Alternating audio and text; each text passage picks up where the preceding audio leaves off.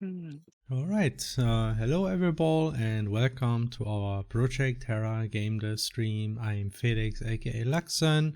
I will do the game development today, and with me in the voice chat are Henne aka Geflügel, Stefan aka Ratchetan, and Flora aka Teflora. That is correct. And we also have music, before I forget it again. So, pause off. And we have sounds. Yeah, like the Discord song. You must die Yeah. here and now. Luckily, Discord now natively support them. That saves Luckily. us some trouble, at least. Well, but we don't have as much of an Not as many. No. Not much. We don't have 1,000 sounds, so yeah. yeah. That might not even be an overstatement of Yeah, considering our we actually had that many. Yeah, at least a few hundred. Yes. So has been some time, right? So I think well over a month again. I think this is like we used to be at weekly streams. These days we have like maybe 12 per year when we're lucky, I think. But yeah, so at least we're doing still. a game, though. Yeah, there was a bit of a distraction the last months. So a lot of weekends there was something going on. So that's part of the excuse.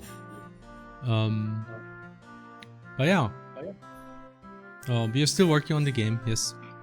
There's new stuff we can show today, and we plan to work on ranged weapons because we decided it's time to just finally finish all the base weapons that we plan to have, because they all behave in a slightly different way. And also something we recently worked on are special attacks, but also control configuration, like the option menu in general. And this time you will be able to configure every button of your gamepad.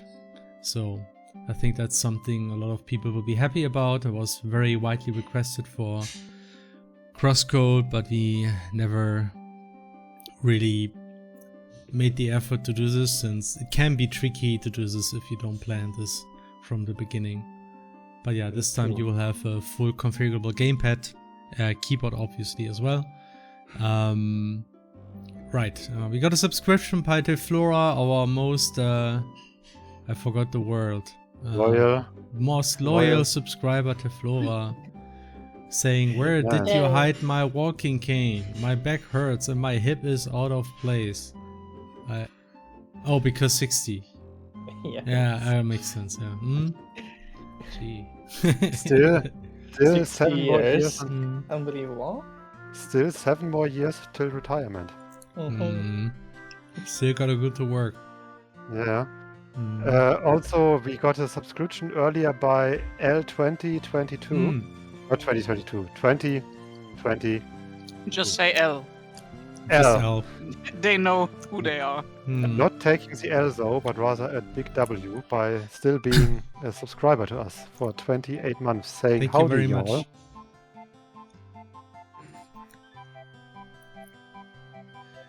Darknet said being able to configure every button is fucking amazing. I wish every game had it. Yeah, I can see that. It's also like, I mean, once you implemented the menu, which isn't necessarily easy, like there's a lot of small details you need to consider for these things to work properly. But once you did it, yeah, well, it's just there. Then it's there. Yeah. And then you have to hit it. Sometimes games also rely heavily on their control scheme, Yeah, that is especially true. on controller. You know, some games are designed for it, Yeah. like Spider-Man, very recently. This game relies a lot on you being able to hold buttons, the shoulder buttons. So remapping them seems risky. Rightly Prime asked, does crosscode have any aim assist? I forget. It didn't really. Crosscode was very straightforward, like you just threw the thing where you were aiming. So it didn't have any kind of aim assist or auto aim. It's also partly some people criticize that aiming, especially with gamepad, was tricky in crosscode. Especially since some puzzles with the ricochet mechanic and everything, they required you to aim pretty precisely as well. So that's why this was sometimes a bit tricky for some players.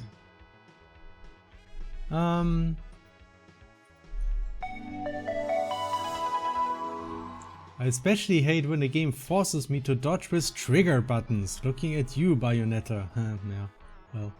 I mean, Bayonetta had like insane amounts of iframes doing a dodge, so I always felt it was kind of okay. Pyro COVID, subscribing for cabbage. Thank you.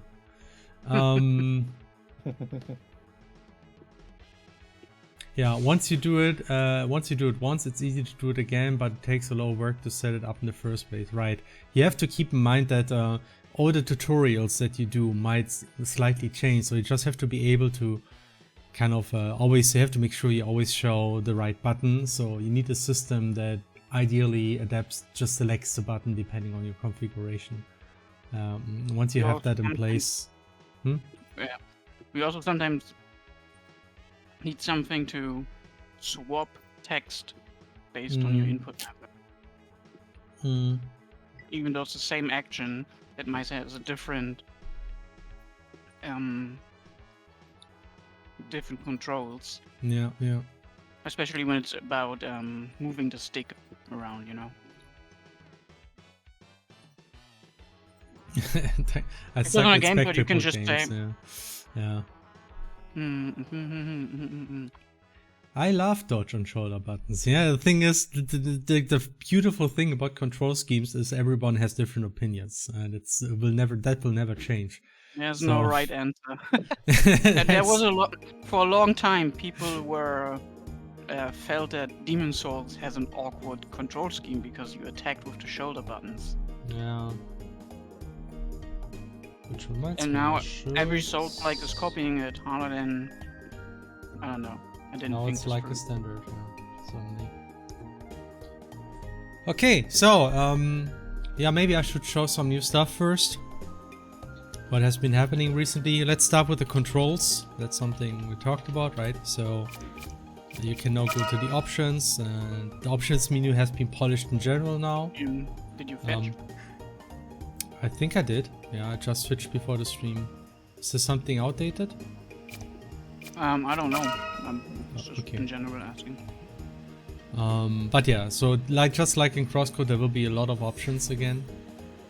And yeah, we have control schemes. Now I actually need to use my controller to show this properly, I think. Okay, here we go. So, now I can press A. B actually, for my gamepad. Okay, if you change the button graphics, it should. Oh.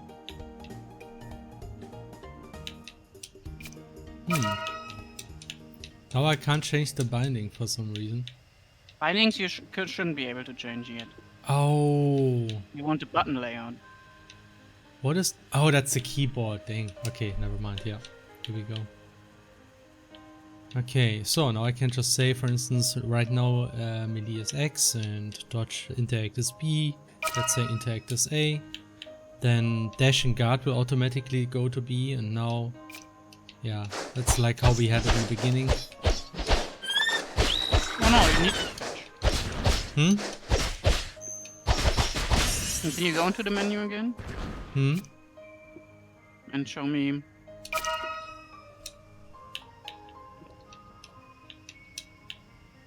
I just switched the interact and dodge button, that's all I did here.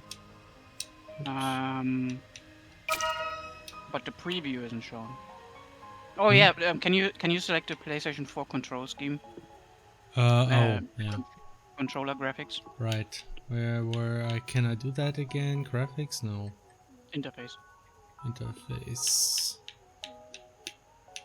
Xbone. Okay, PlayStation. Yeah. PlayStation 4. Right. So now we have a PlayStation gamepad, so that's something we have. Still need to do the other gamepads with Yeah, it's a bit of work to do all of these. Yeah. Because we actually don't have any bloom for UI, so all the bloom It's is just custom manual. graphic. It also shows when you have to hold buttons at the same time. So if you choose, for instance, the tuning elements, it shows you that you need to hold the left trigger and then press another button.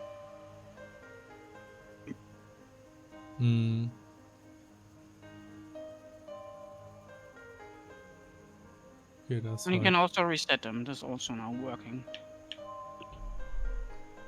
Right. That's where can I reset? Ah, default settings. Nice. Okay. Great. Okay. So, yeah, there's a few first-time chats, like hello Jamerant, everyone, how are you doing? And also, begging. Did you miss me? Of course we miss you. Yeah. yes, obviously. Obviously. Thanks for the subscription. I would like if there's a Ridley Prime. You are exactly right. I absolutely copied this from Devil May Cry 5. This is the inspiration. Yeah. Did we mention Pyro, Corvid, Firecrow Yeah. subscription? Yeah, we Okay. did that. Also, Yui, come on. Alright, yeah, that's the new woman following. I didn't even pay attention. Shit. Oh, right. Is this the first time that you actually showed her on stream? It might be, I'm not sure, but yeah. It's still like her animations are still a little bit. Well, the running is actually already mostly We did done. reveal her. Oh, you can show the fast running, Felix. Oh, that's something, right? Yeah, that's something new that we have. There's Something also a new we animation always- about this, but yeah, that's. Yeah, something we know that sometimes you just want to run around Yeah. faster, and so there's Yay. it's going to be a way to like move faster through the. Oh, it's not the Naruto run pose anymore. No, we changed that. We Sorry. didn't want to change. Yeah. I mean, Gotta go fast. let me see. There was it's a still better. work in progress, you know, but Panic. animation-wise and Which effect-wise. you can see she's actually equipping rollerblades really quick. Yeah, it's magical spirit The idea is that she is surfing. So. Yeah. But it's on the internet. Yeah, I mean, It's it's in general sliding, it's just in general to make traversing larger maps a bit quicker, because the game tends to have somewhat larger maps compared to Crosscode, and we thought that would be a nice It's feature. because of the tree, alright? Hmm?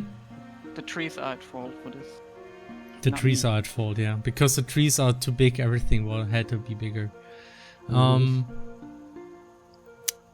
I just Felix, wanted to show a map that. I really Mhm. like this one comment you made for me. To do, delete this, Hannah. In all caps. Yeah, you saw it, yeah. I will see if I do. If I will, Okay. Felix. I will see. Can you maximize the window? Yeah, I will do that now. Okay, so here's actually something I also wanted to show. This is activated by holding the dash button. When you hold it, you actually see how Uno runs a bit faster. When you do this, you also automatically jump like in Crosscode. So that's also something, because the game had like a more explicit jumping where you had to dash at like when you just normally run to an edge, you stop actually. And then you need keep pressing for some time to drop down. And to jump, you actually had to dash. And in general, this helps to avoid accidentally falling down a cliff. But yeah, if you have to do a lot of jumping, it can also be a bit annoying. So now you can just hold the dash button and you jump automatically when you do this. And Innovative. Auto jump. this You can essentially, also hold the space bar after you do a jump. yeah, and you then can just continue. jump and then keep holding, and you automatically keep jumping. And when you do this for a long enough time, you see the blue dot, which means that your skating ability is ready, and then you just release the button, then you keep skating. So that is how it works right now. And I can't go through here because there are some props. Great. Yeah. And you do not automatically jump when skating right now. That's something we could do, but for now, I think it's better because if, like, it would be more explicit than to, because sometimes people want to just traverse fast and not accidentally jump. So I thought maybe that works better. But yeah, that is for fast traveling right now, like fast running. And yeah, we have shown the configuration. Oh yeah, something else is we have charge shots. You know, like crosscode. That's the normal shot. That's a charge shot. Actually, that's something cool I wanted to show about this. If I go to the puzzle ref. The cool thing about the charge shot is that it penetrates multiple enemies.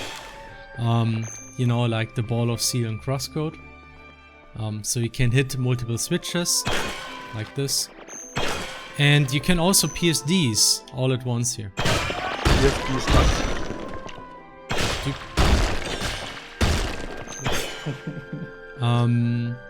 Right, and in general, weapons now properly fly through destructibles when you destroy them. Before they often were, not intentionally, but you know, when you hit a destructible that had a block collision, they had a collision, so they were flying back again. And now they actually keep flying, and that way you can destroy multiple things with one throw here.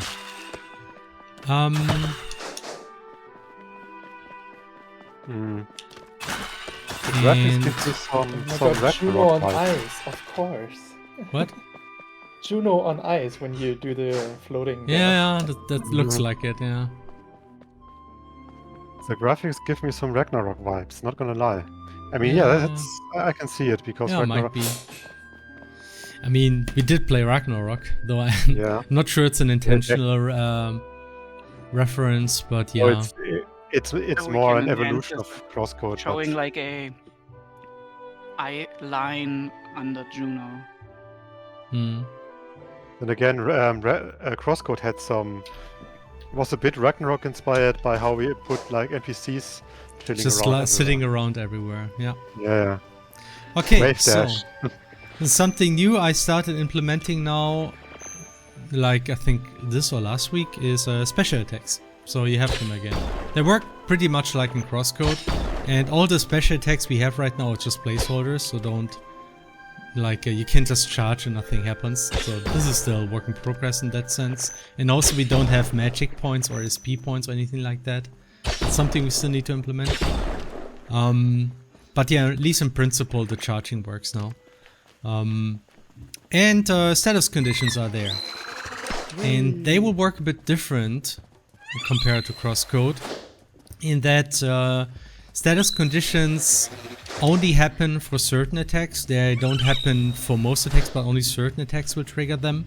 And they will always trigger them. There's actually no randomness for status conditions.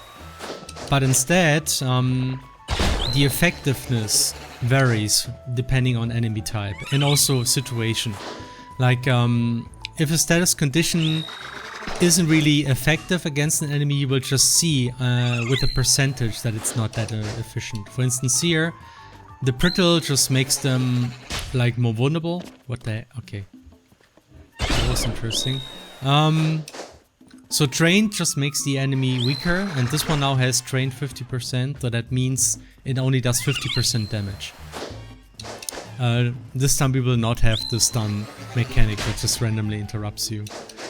And then we have also the freeze element, which is, you know, like in crosscode, enemies are slower, and sometimes you just freeze them entirely. Again, this depends on the enemy type. Like, you will not be able to usually freeze a boss 100%, only in certain situations maybe. And then obviously we have the burn element, which is, you know, what you would expect. Just damage over time.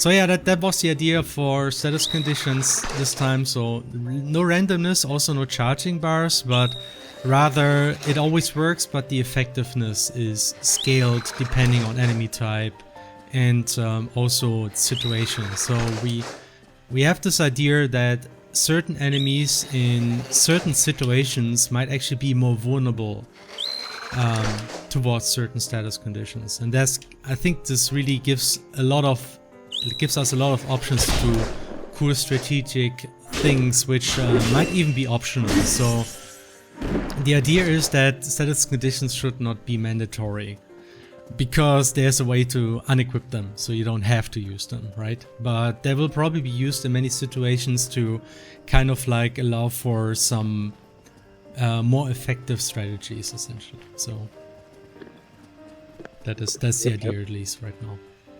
Yep. It's still early, but yeah, that's another feature implemented now. And yeah, and finally, new range weapons. I already implemented this week the bombs, which currently look like this, which is, you know, you can just throw bombs now. Yeah. I still feel like it should have like more of an arc to it. Yeah, we have to be careful about this, because if it's more of an arc, it might break puzzles. That's the downside. Because in the worst case, more like a visual arc, less than a. That's really hard to do. I mean, just doing a visual arc that is actually not reflected in the collision is really tricky. I'm sorry, I don't think we can do that.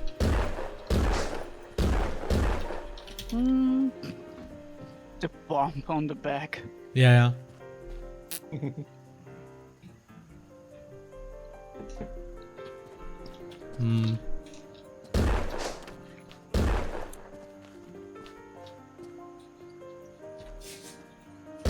Less of an arc? Like, I can give them no arc, that's no problem. Do they? Yeah, they have a range. Sorry, what? They have a range, right? They fall off. Well, I mean, if you aim high further away, Judo just throws them a bit higher, and then they're still... Like, normally they have a pretty low range, but the Chakram also has a pretty low range default, you know. Like, they keep flying longer if you aim at something. If you don't aim at anything, they will just not fly very far right now.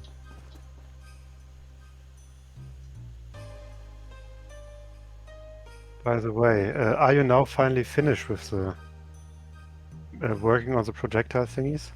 No, but okay. you can work on projectiles now, because I mean, since I want to work on the Karma, I have to work on the projectiles. It's hard to avoid. It's okay. But I think as long as I work within certain methods, the merging shouldn't be much of a problem. I mean, last time it wasn't, so I'm not all that worried. Pretty nice coincidence that we work on the same stuff like at the same time right now. It's like yeah, it's not very clever. Stars aligned in a bad way. Okay, so what are you gonna work on today? I will work on what we currently call the Karma, though we might still think of a different name. Right now it looks like a chakram on a chain, and it's actually not a chain, more like arrows, but that's roughly, it's kind of like a grappling hook, or you know, like the flail from Secret of Mana, you know? Is it flail? What's Paicha? I forgot. No, whip. The whip from Secret of Mana. The flail is a much more violent weapon. Yeah, that's true. Flail is usually on a chain and a longer stick and with a large weight. But in principle, it's similar. Well, it depends. It's a ranged weapon to some extent. But yeah, so it will not look like this. It will actually look like this here. That's graphics that Thomas made today. And that's the first thing I will do today. I will implement those graphics and see how it looks. And then I plan to tweak some effects and make it look better, because right now it's just there's like no effects happening here. The way it works actually is that it stacks at an enemy, so it is like a 2-hit attack. You hit it and then you pull it back again, like this.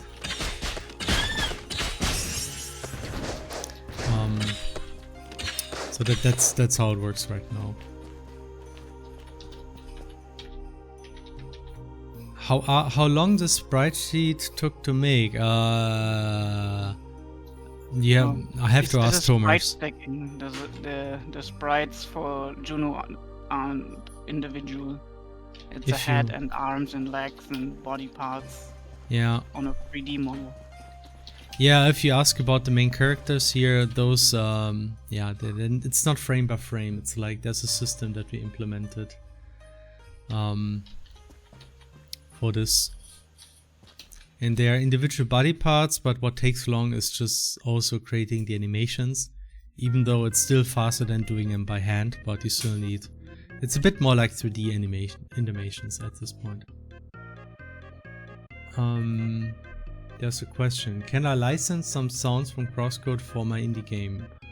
Mainly footstep sounds and the jump. Oh. That's a good question. Actually, I never much thought about this. Maybe we could do that? I guess. Maybe. So we haven't done that so far, but like in principle, probably could do something like that. I'm not against it. Yeah, I mean, it's I guess, yeah, I mean, it's... Though we probably shouldn't discuss this here live on Twitch, but you can write us an email about this. That probably would be the right way to start about this, and then we can just think about some conditions, I guess.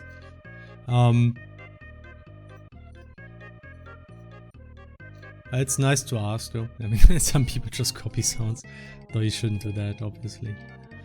Not for commercial games.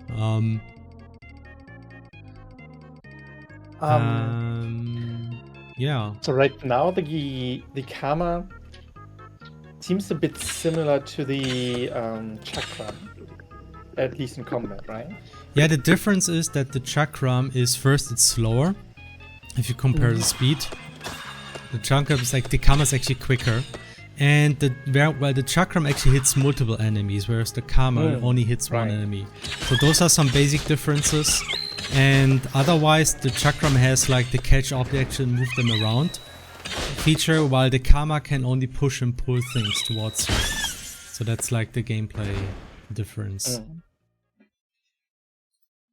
Think of the ranged weapons a little bit like Zelda puzzle items. But you can also use them in combat. Yeah, but there will also be differences with the additional inputs you can do, like a charged version, right? Or the quick version. There's something you can show, Felix. I think you never showed that. You can do a quick shot. Oh, right, yeah. That's something I did. That's also a placeholder, so this attack is actually, I think, way too powerful right now.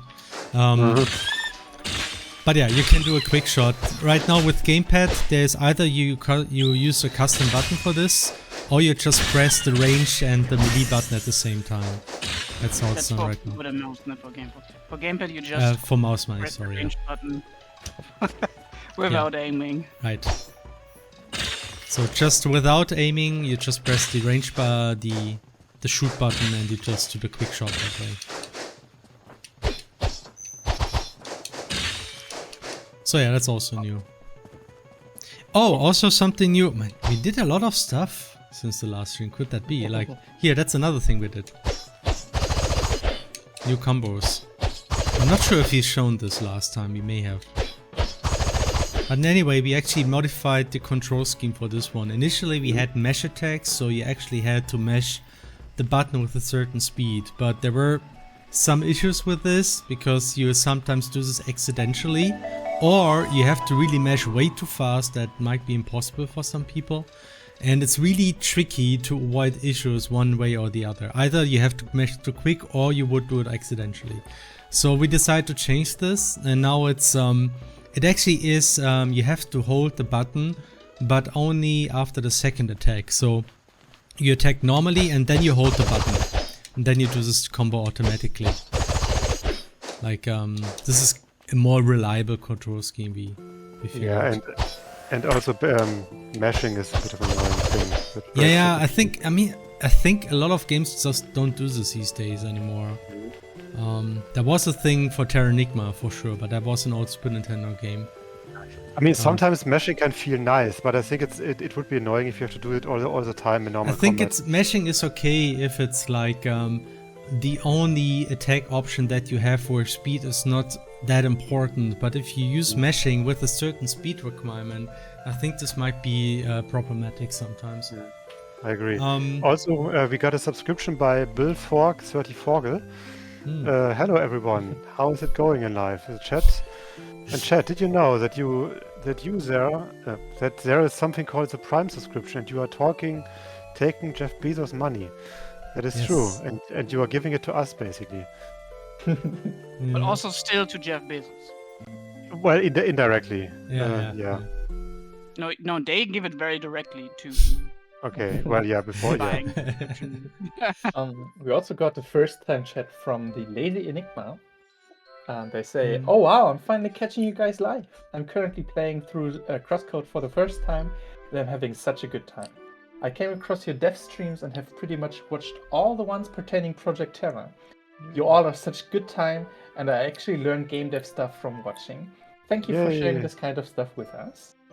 Thank you. Yeah, glad to hear that. Very welcome. It's great that people can learn something from our streams. I mean, sometimes we do talk about game design things, but then we also talk about whatever quite often. Yeah, but people can always ask questions. Yeah, obviously. I can only imagine all the combos with the weapon variety. This is so good. Yeah, actually now slowly we get to the point where you actually can do quite a lot of stuff, and it's still not complete. Like, I mean, that's actually something we also didn't show on stream and on Twitch at least this year. Wait, there's a third melee weapon. So what? There's a third melee weapon as well. Alright, yeah, that's another new thing. Damn, we worked on a lot of stuff this month. Felix, and you're so worried. Yeah, sometimes you forget what you do. But yeah, we have a spare. Like, I think the animations are still somewhat work in progress, but yeah. Yeah, it's just the basic idea of the starter combo. Like step from the back, step, and then a jump step. And there's going to be various stabby things as well, like like charge attack and delay combo. The delay combo will be more like a sweeping motion. We do actually have some references for that too. Ask how your team is structured. Okay, this is very easy. So basically, I'm at the very top, and below me everyone else is. I don't know what they're doing, but running around in circles. Do you have dedicated stands? We have a very flat hierarchy. I would say that because Felix is the CEO and the producer, right? So if we ever have a disagreement that we can't work out or like find an in between, then it's Felix who has the last say. You know, can say like, we're gonna do it this way. Usually this doesn't happen though. Yeah. And usually you just. We try to find agreement. I mean, I think this never happens. We're actually pretty good at always finding compromises. That's I mean, my team has been together for a pretty long time now. I mean, we worked together on Crosscode for a decade, essentially. Most team members are still around from that time, so that means, like, I guess the overall team chemistry seems to work out, which is like, it's just a matter of luck sometimes for this to happen. There are no explosions in the chemistry. Everyone is valued, like their opinions, and if something, if Felix says something doesn't work or something, he always has good reasons. Yeah, I try to explain things. But sometimes I'm a bit pessimistic too that happens. I think there have been occasions where I thought, nah, I don't think we want this, and then later, oh yeah, we want this. This happened too. So sometimes you have to. It's a good thing to learn to say no. You know. Yeah. Otherwise, you end up with kitchen sinks and all that. But otherwise, yeah, we're like trying to lead as best as we can, and we divide like tasks for like artists and say like, all right, we need this now and that now, and then Felix, Flora, I, and also Hannah. Sorry, Hannah. What? Hannah's there too. Before you, Hannah as well, do like coding. I think we have this like weekly art talk where we talk about everything art related. But there's always like a certain direction with some voice loud, and I think like Felix and I are the loudest voices most of the time. Yeah. We're like, oh, we would like to have it this way. Oh. Yeah, it's also we think you know the most about the game and the world and stuff. Yeah, like I think we spend most of the time designing things, so that it's like most of the time it's like a lot of who takes most of the initiative actually decides most of the things. In many ways. Okay, so here we have the truck and the Kama. Yeah, we do have like certain areas that we sort of fell into. Like you see Felix do a lot of gameplay stuff, you know, I do the menu stuff. Felix does the dungeons. I do the outside areas. And the Kama now Although currently we has... now have much more help with that. Yeah. Thankfully. Okay, let's see. I asked because I was joining in. Was that just me getting tasks done? Vision of the director. I mean, in some ways, sometimes it can also have positives having like a director who sort of has his singular vision. But I'm pretty sure even the head designer director, they're kind of together and talk about stuff.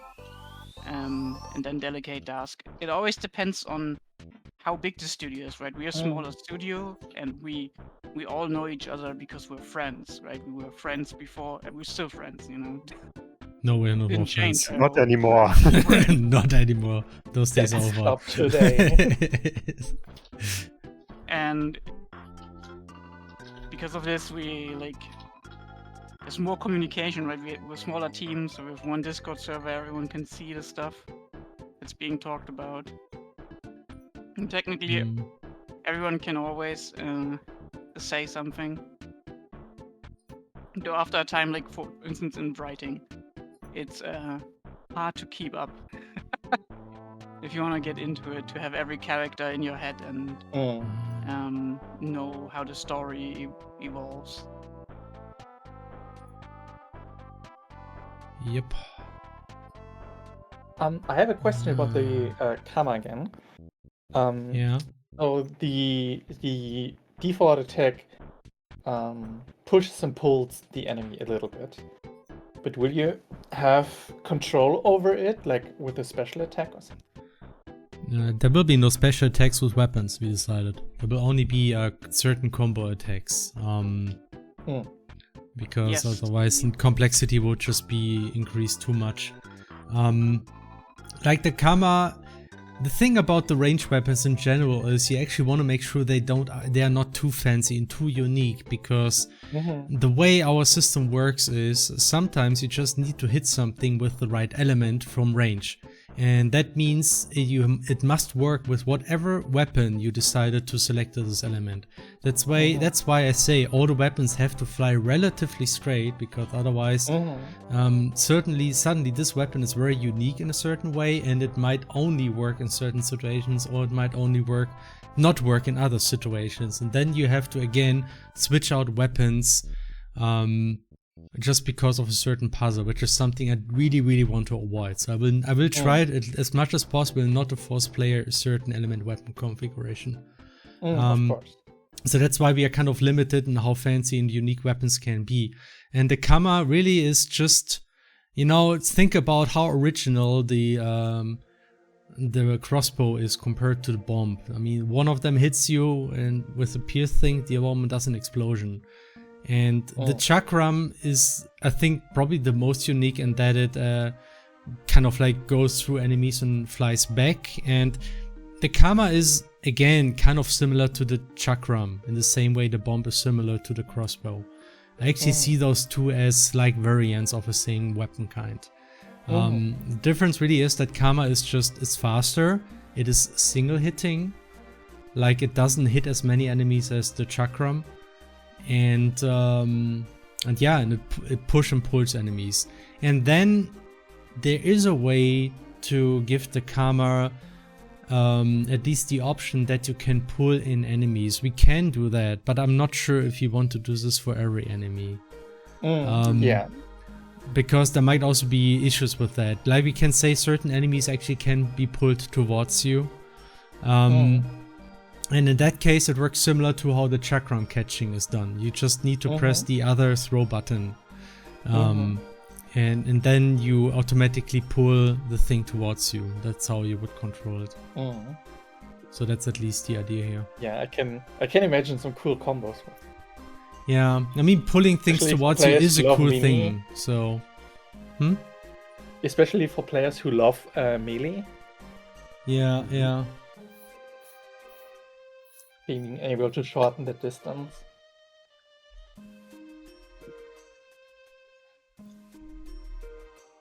Somebody asks, why is some weapons working sometimes a bad thing? Isn't that just a reason to swap weapons?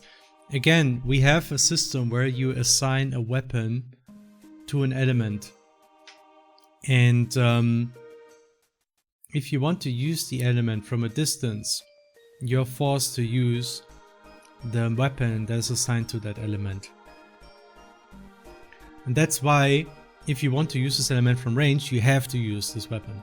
And that's also, to be fair, in my opinion, gameplay wise, the most original thing about Project Terra, because I don't know of any other game that does this. And that's why we have to be careful about this, because I really try to think of ways how this might be frustrating in the long range, and that's why, even though we do have several weapons, we have to be careful in how unique they are.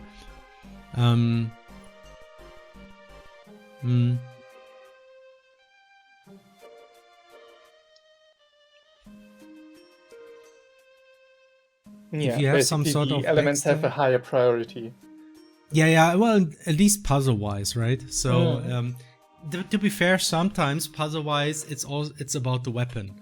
But if it's like we can design puzzle elements in a way that either the element is important or the weapon type, but not both. Like that's a big rule. Like you don't design puzzle elements that require a certain weapon with a certain element. Like theoretically we could do this later in the game. So not saying this will never happen. We might do this if we think that's fair enough at some point that we can expect people to do this. Though there's also like some cheats we can do, like sometimes you have element panels and you stand on it and you automatically switch to the element of the panel, and that way you can select whatever weapon and you will have that element with that weapon. So that would essentially fix that issue. So that's one way to solve that is this, but yeah, in general we try to avoid this this issue here. In that way, our weapons are actually kind of different from Zelda, because Zelda could make very unique tools, so to say, that can all behave really different. But we can't redo that with that system, at least. Okay. Where's actually the crossbow? Here it is. Okay. Yeah. Karma is the wrong way around. It looks like, yeah, it's the wrong way around. I need to flip it. How do I flip it?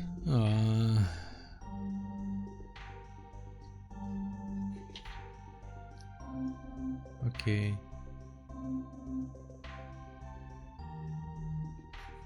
Okay.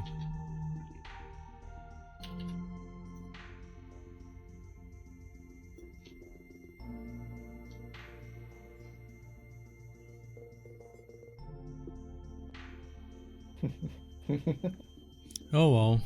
The Kama is such a perfectly nice asymmetrical weapon. Yes. Right. Obviously. Right. There's a cool game you might have heard of. It's called Crosscode. They had these little filter bubbles things that change the element type of your shots. We will take a look at that.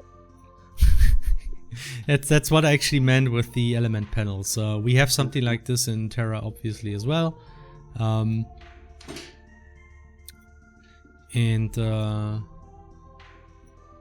Yeah, that's a way to avoid this issue. But I'm still don't want to make this like a regular thing.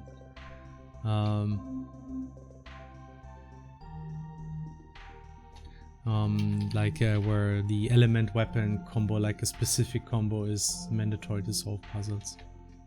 At least not for now. Again, like it's something we can do later in the game for more advanced puzzles. Okay, so this looks better. Nice. Okay, so now I just need to fix the padding. Well, let's just do it here.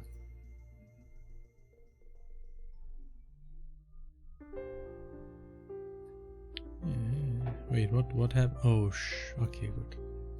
Never mind. So this must be in the center. Also center.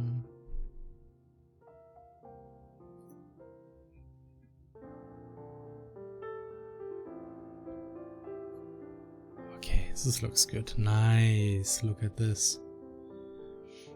Perfect circle now. Oh, nice. That looks good. Okay, so now we got the Kama.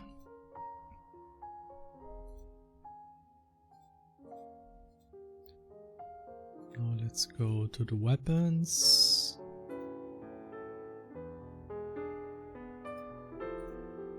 Okay, now I saved this and yeah, you already see it. Oh wow.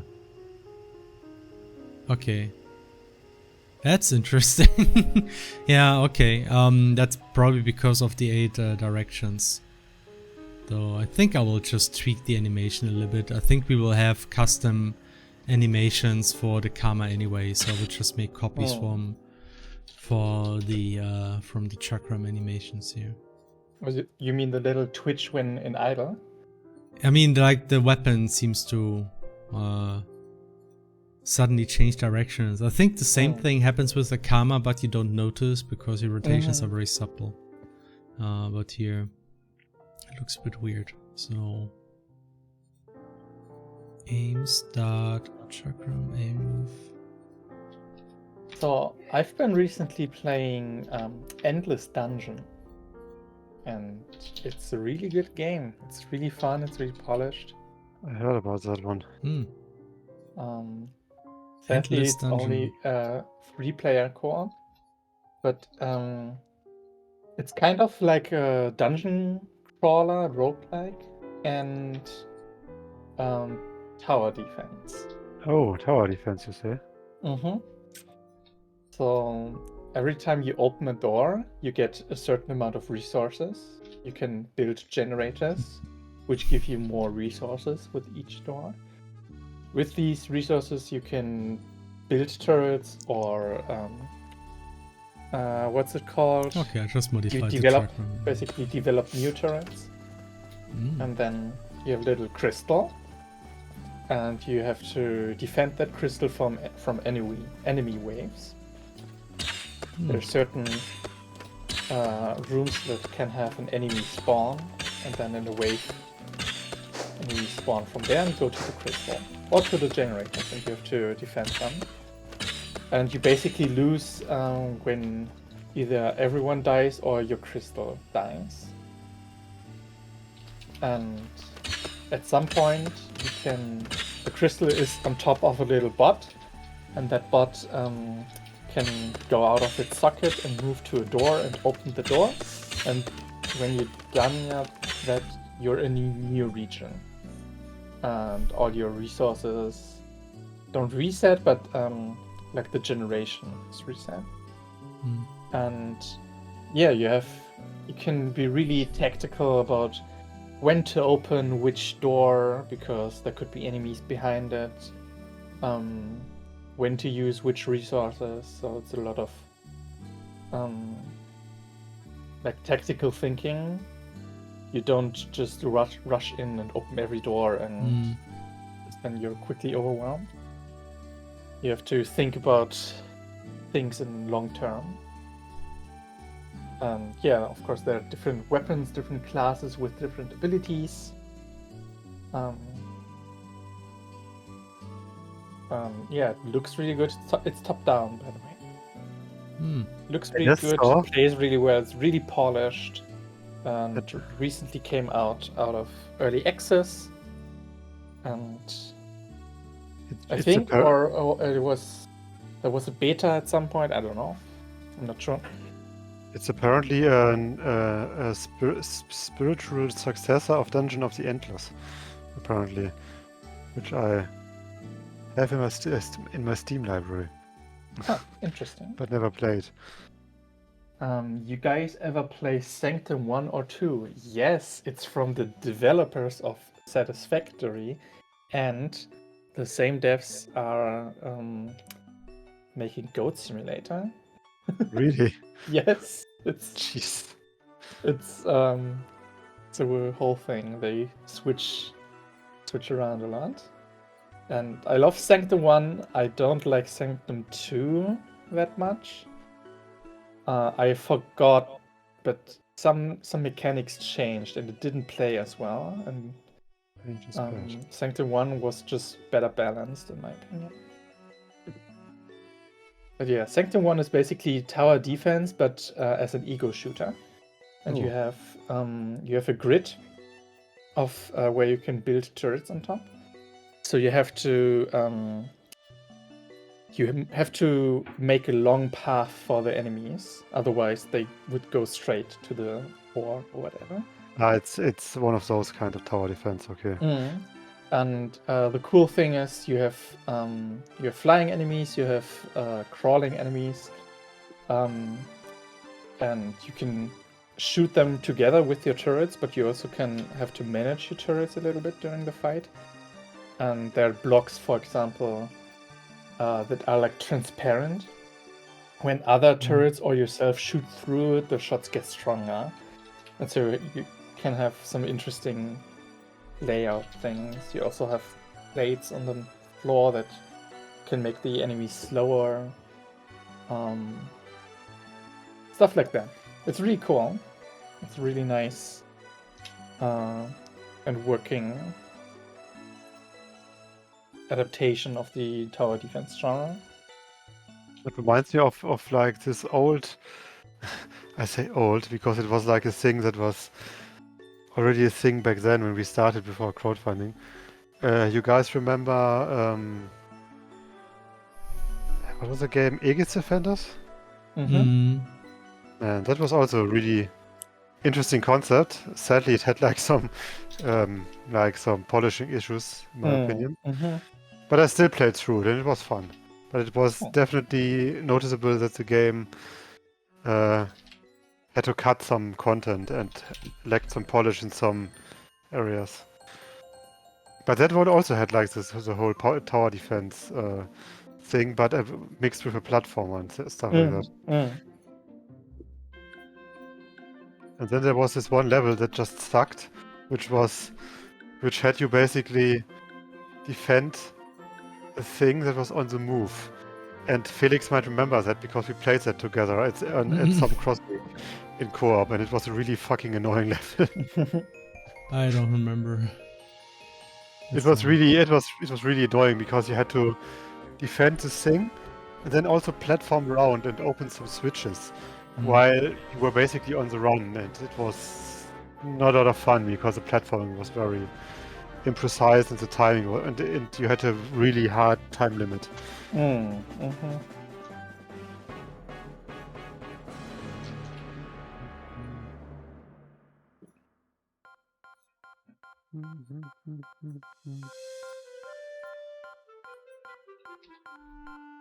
Yeah, and I'm always on the lookout for good cooperative games, especially cooperative roguelike. Because, yeah, having games to play together with friends with high replayability, that's always awesome. It'd be like that when you do this. Felix, maybe we should do a co-op multiplayer game. What? Oh no. No. Have mercy. Yeah, I think soon RoboQuest is coming out with a full version. That's sadly just 2 players. What game? Actually, RoboQuest. there's something game related I can talk about. Not too long ago, we finally got some TV in our office, and we actually had somebody donate a whole bunch of old Nintendo consoles. We have now a Super Nintendo, an NES even, like a N64 and a GameCube there. We did play some Donkey Kong and then some Mario Party, some Double Dash 2. Where we were surprised that you cannot play like a race with 4 people in Double Dash apparently. So yeah, and we also had like a lot of trouble getting the Super Nintendo games to work. Yeah, which is why we only played Donkey Kong. The others I were expected just that. Old Super Nintendo games very often just don't work. You need to clean them in a way. Because like all the contexts are not really working properly. But I think it was yesterday. I decided to give Crystal Chronicles a try. You remember that one for GameCube? Yeah, we played that a bit way back when you were yes. still. Yes. Actually, it was when you were still living in Food. Is that the one you can? In Food, you can connect the Game Boy Advance. Yes, and the thing is, we only remembered, that's the one game that you could play in multiplayer, and we thought, hey, cool, we have like a bunch of GameCube gamepads. Let's play this multiplayer. And then we booted this game. We realized, you actually need Nintendo a Game Boy Advance handhelds. Like you need one Game Boy Advance for every player. Otherwise, you can't play this one in multiplayer. It's not possible. And the reason is so stupid because, this game has some menu configuration, and you need to do this on the Game Boy Advance. So you, like all the other players, don't have to wait like stupid. And it's like, that's a really stupid reason, there's Secret of Mana. Yeah, like there was one menu for everyone. It works, right? Just design your game, you don't have to go permanently in the menu.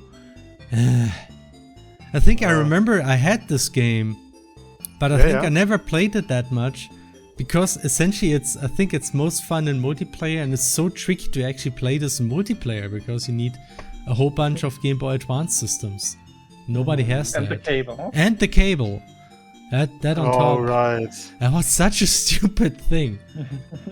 I mean, there's a reason why it wasn't super successful back in the day. I mean, this thing, people could barely play it. Yeah, the original for the GameCube. Like the first Square Enix game for a Nintendo console after a very, very long time. I still remember this. Back then, there was always like, the last Final Fantasy was Final Fantasy VI on the Super Nintendo. Ever since then, Final Fantasy had a very long run with PlayStation consoles, and people were always having these these ideas why there's no more Final Fantasy on Nintendo. Like they had some argument or whatever going on between Nintendo and Square Enix. I don't even know what really was the case. I mean, basically they couldn't really develop anything for the N64 because, cartridges. And then they just were... That probably was it, yeah. And then they basically just felt at home at PlayStation because PlayStation became the big RPG system. Yeah. I can see how Crystal Chronicles can make fans can make fun in multiplayer. Also, so it's probably fun in multiplayer. But we couldn't play it in multiplayer because we only had GameCube gamepads and no Nintendo Game Boy Advance. I think it had some remake or something recently, but apparently it sucked for some reasons. I'm not entirely sure why it sucked. I just heard that it was not very good because they cut certain content and something. Arguably, that content was based around the multiplayer aspect. Yeah, maybe. I'm not sure. I just heard that that a remake was not very good. It wasn't also not really a remake, but a port. A port. That's what I meant. It was just a port. Yeah. So I think like the most tricky thing about the game was really that it had like a very strict hardware setup.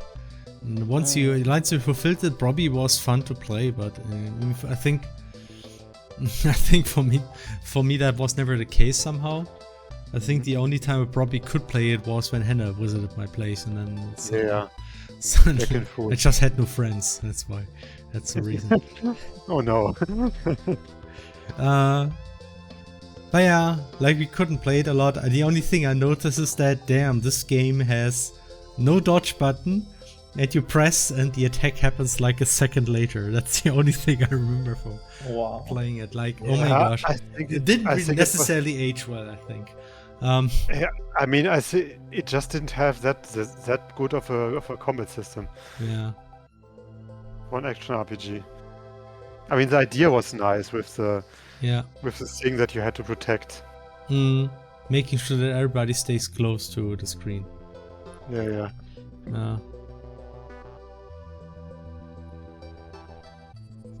Yeah, the still, remake it was funny. So bad. I think that in the remake only the party leader got to progress the story. Okay, that sounds very specific. Okay, what did I want to do? Yes, I remember. Assigning the new figure. Where's the player?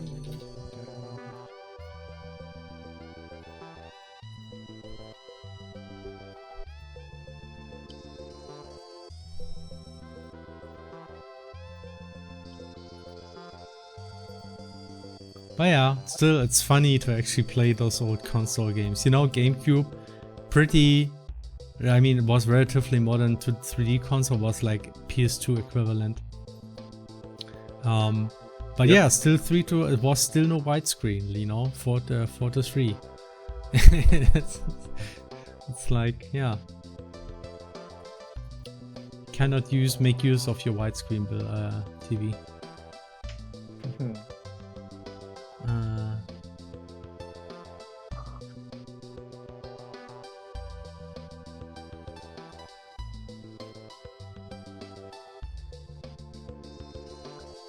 Okay.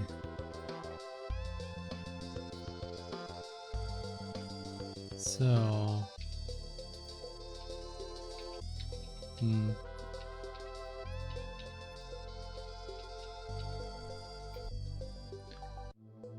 All right.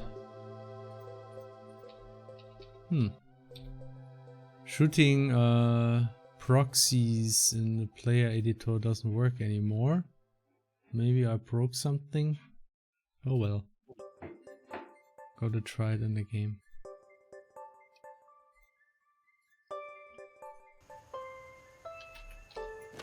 Oh yeah. The offset is all wrong, but in theory it works.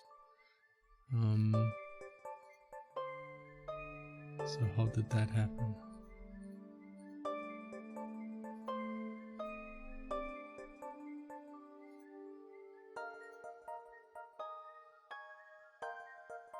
Projectiles.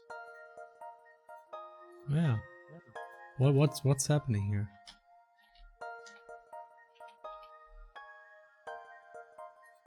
Oh. Maybe that's because that's why. Oh.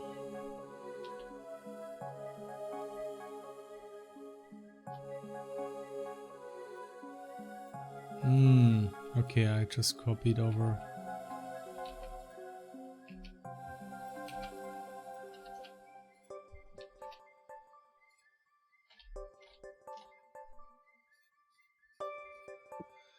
Okay, There, your galaxy music is so nice. yeah.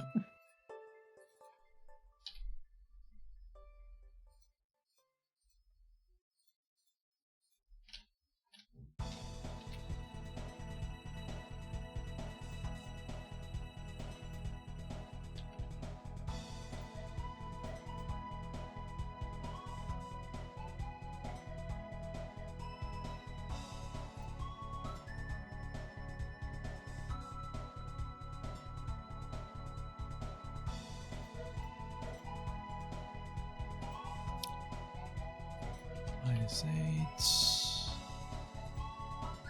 Stuck. -8.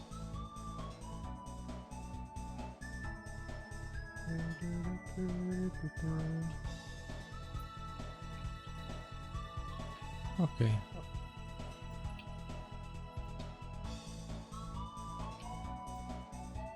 Let's give this a bit of an offset. Like this. Okay, that works. Oh, even better, right? Z. Shit, like this. Perfect. Nice. Okay, that looks good. Okay, let's try this again. Oh yeah. Right, so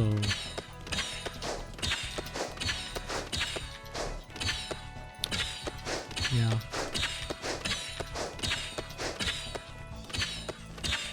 By the way, I think I never mentioned it. I think I never mentioned it on stream, but I moved. I'm very moved by all of your kindness. I mean, but I also moved towards the office in Saarbrücken. Yeah. But he moved back to his old place to do a stream with us. Yes, just for that. Just for that. No, I'm just back here because it's on the way to the next cross week. Yeah. I'm staying with family for a bit. Oh, yeah. Yeah, no, but it's nice in Saarbrücken. It's a nice city. The people. Have we talked about cross week yet? No, I maybe don't think it did. Oh. No. Yeah, next week. Next week already. Cross week. Aww. Yes, I'm excited to meet you all again. Yeah, has been since forever, since Gamescom. Yes, can you click on this link? Which link? I promise it's not an adult link. Which link though? Okay. Oh my gosh. That's right, Philia does not have like the fancy. Wait, what link? Yeah, like Stefan sent me a link. It's a new drawing by Yui. And you know, maybe eventually Philia will get the same thing. Or maybe not. Maybe we just let her run behind Juno because it's so funny. That's really funny. That's Everyone great. get on that tweet and show Yui some love. Yeah. Gotta retweet. Make it go viral. I love those aspect ratios of those images. Like there's always a small image and there's so much white around it. Yeah. It somehow makes it even funnier. Yeah.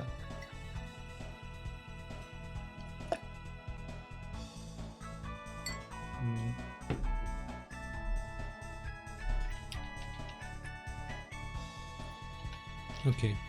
So, I bet people will think the Karma is actually a yo-yo. I mean, we'll now do something where when it's stuck, you actually see what it is. That's what I will work on now. So maybe it makes it more obvious. But yeah, I'm also not sure about the rotation animation. Maybe we can still try other things here. I mean, it doesn't need to rotate while it's being thrown. It can rotate once it lands on the enemy, right? So what? It could, I be an thought, it could rotate once it is on the enemy. And then when you throw it, it's just a normal canon. I thought more like the opposite. You throw it, and once it's stuck at the enemy, you see the camera, and then you pull it back. Now I want to look at how Karmas are thrown. I mean, they're thrown all different. It's not realistic. You can't spin the blade in air. That would require a different force be applied to the end of the grip of the blade. And then you throw it. That's obviously impossible. So that's why I was thinking maybe you show it normally as you throw it, and once it's stuck, it starts rotating.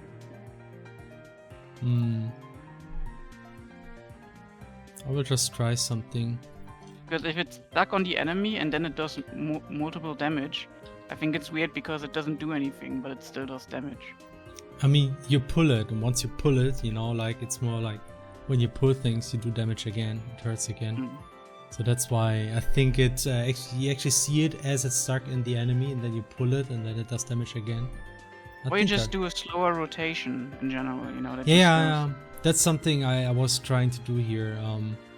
Just trying to create using the default graphic and make it rotate in the whole system. Could it be that a Karma on a chain is called differently?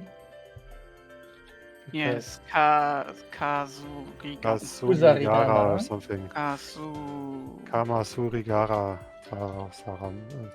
Wait, just maybe just to search for it. I totally know what it's called, but I can't. Kusarigama. Oh no, I made it the wrong way. Again, we're not modeling this after this weapon exactly, because then it would be a swinging weapon that you swing in wide arcs most of the times. Oh, For actually us, here. the hook blade. We internally just call it the Karma as a shortcut for the inspiration of its design. Yeah. Yeah, I'm just mostly interested in how this weapon was traditionally used. The thing is, you wouldn't even throw it. You wouldn't even throw the sickles. That's not how it was used. It was basically a combined weapon between, like a chain that you would use as a blunt weapon, like with the weight at the end, and to bind people. And the sickle was basically a stabbing weapon. And to finish enemies off. Use it. We could also call it a pick. Or a pick, yeah, something like that. Because I mean, realistically, swinging like a bladed weapon or a stabby weapon on a chain in an arc, it wouldn't do much because of how physics work in real life. Chain sickle is actually a better name in normal English. You know, that's maybe what we call it in game, the chain sickle. Because it's a sickle on a chain.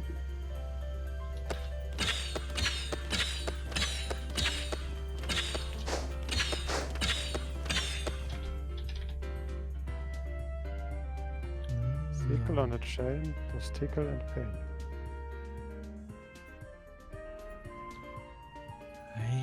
I think I mean, maybe the line is also very thick right now. So yeah, that's true. I mean, it's just a placeholder in Thomas general. do the dots already? He did those blue dots. I can make a proper line as well. The line is just a placeholder. But I can make it a bit thinner for now, so we can. That's why I thought like the bigger blade would be better for the visual. And Thomas did it because then you maybe see it a little bit more.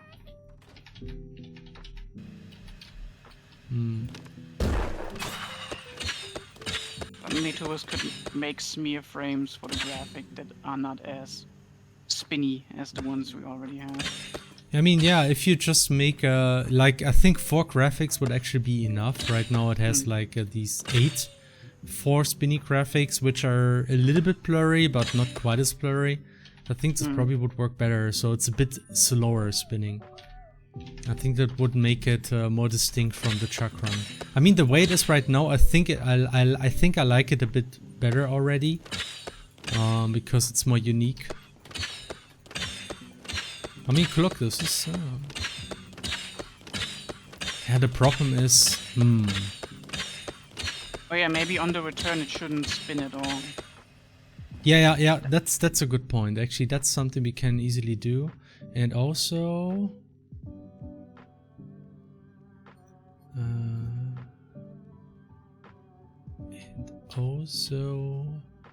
I lost my trail of thought. Okay, let me just make the line a bit thinner. Can just scale it a little bit. No, the other scaling factor. Just throwing an idea. How about when it reaches the end, the maximum length, it stays there for a few frames before it comes back?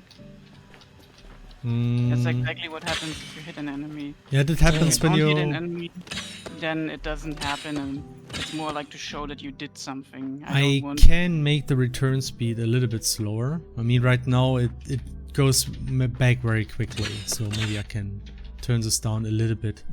But I didn't want to make it literally stop in the air. Like, it does stop when you hit an enemy or when you hit anything else. It stops for a short time, and okay, let me just implement that. Once it stops, it should show the stuck animation, and that way it will not keep rotating. Stuck. More player comp. Return stuck. Okay, let me just turn for stuck. the idol. Wouldn't it be cool if Juno swings it in a circle around her wrist? Yeah, that certainly would be cool. With a little bit of chain. Yeah, maybe we can do that. But the only downside with that, it would be like a more continuous motion. You have to see how that works when you combine staying still with walking. So that might turn out to be a tricky thing, though. So I'm not sure. But we can try. Okay, here's turn stuck. Just hang, like swing a little bit to the bottom. View, figure, stay, set, and stuck. Ah, sit. Why is this always such a strong nostalgic feeling when you hear SimCity music? I think it's just the kind of song that it is. Yeah. Because it feels that it also has such a nostalgic mood. I never played old SimCity.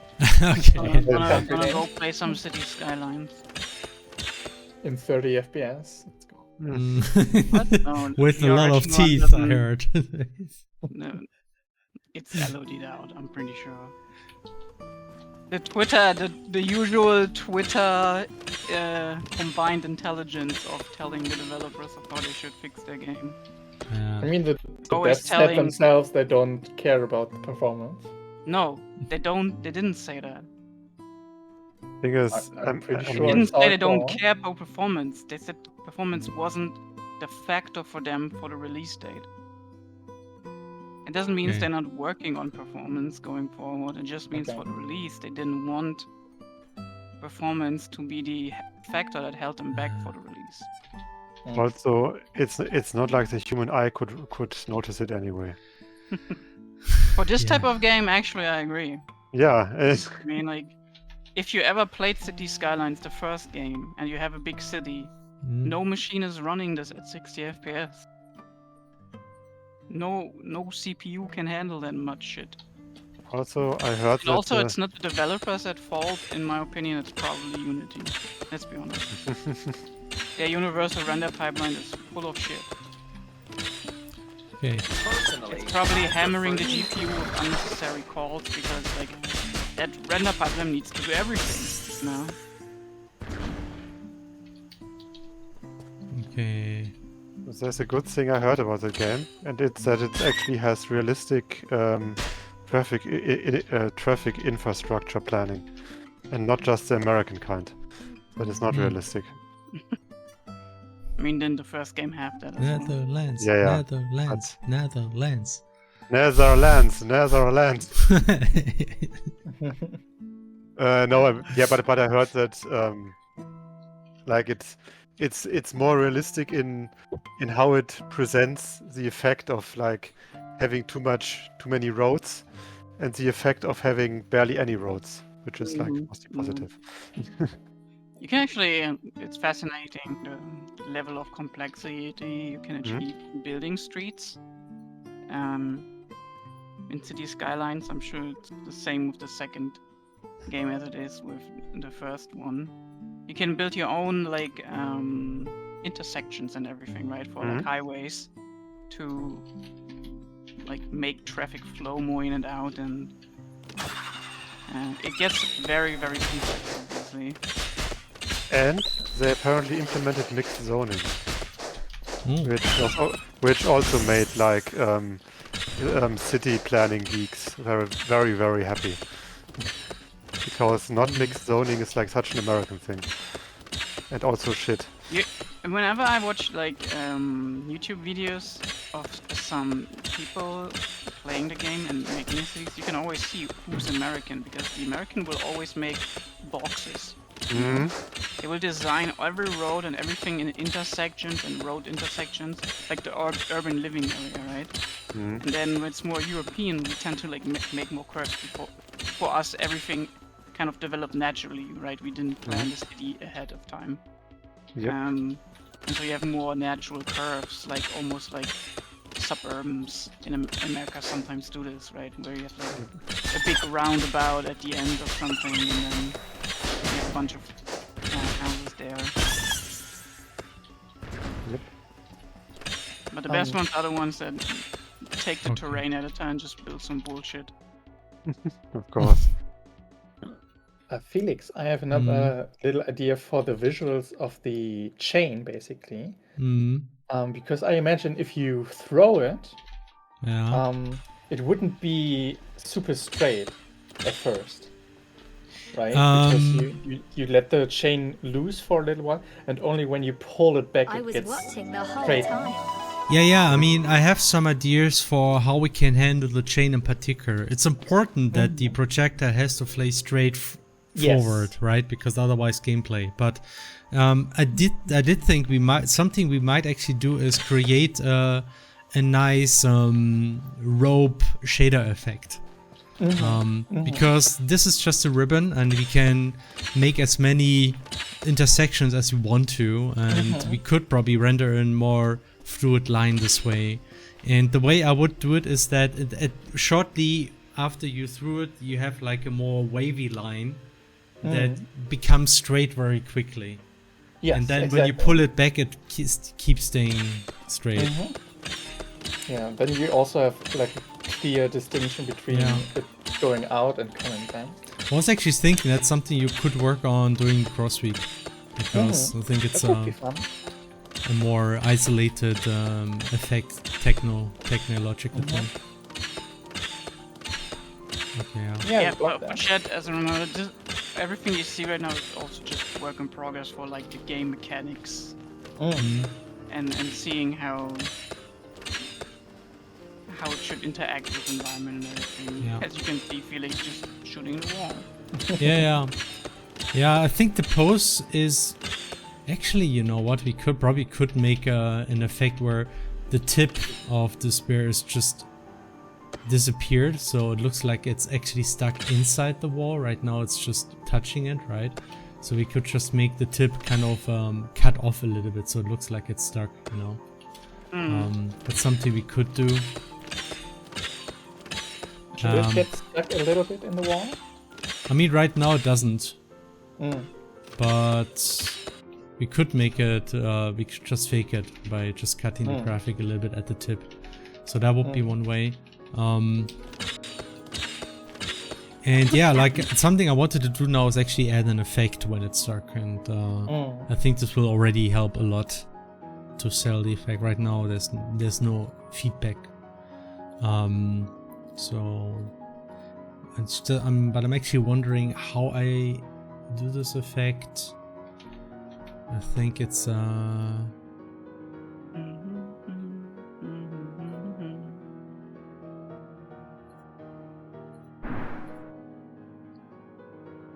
let's see, Juno.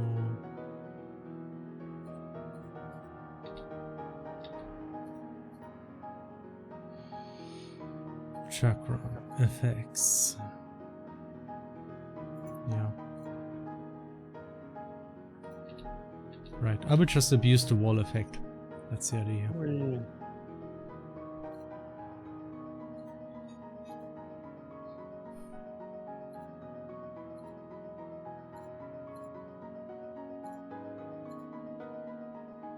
Okay. Alright, guys, I'm gonna hop off. Oh no. Right.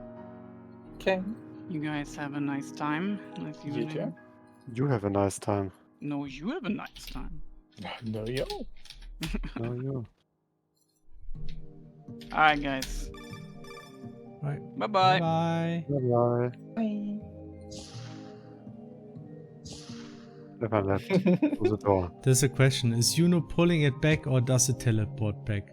You know, like realistically Juno would be pulling it back, but there's stuff like you dash away and it just comes back automatically, so it's probably kinda magic-y. Hello, what kind of engine are you using?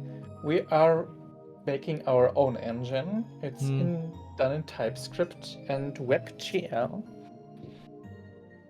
Yeah.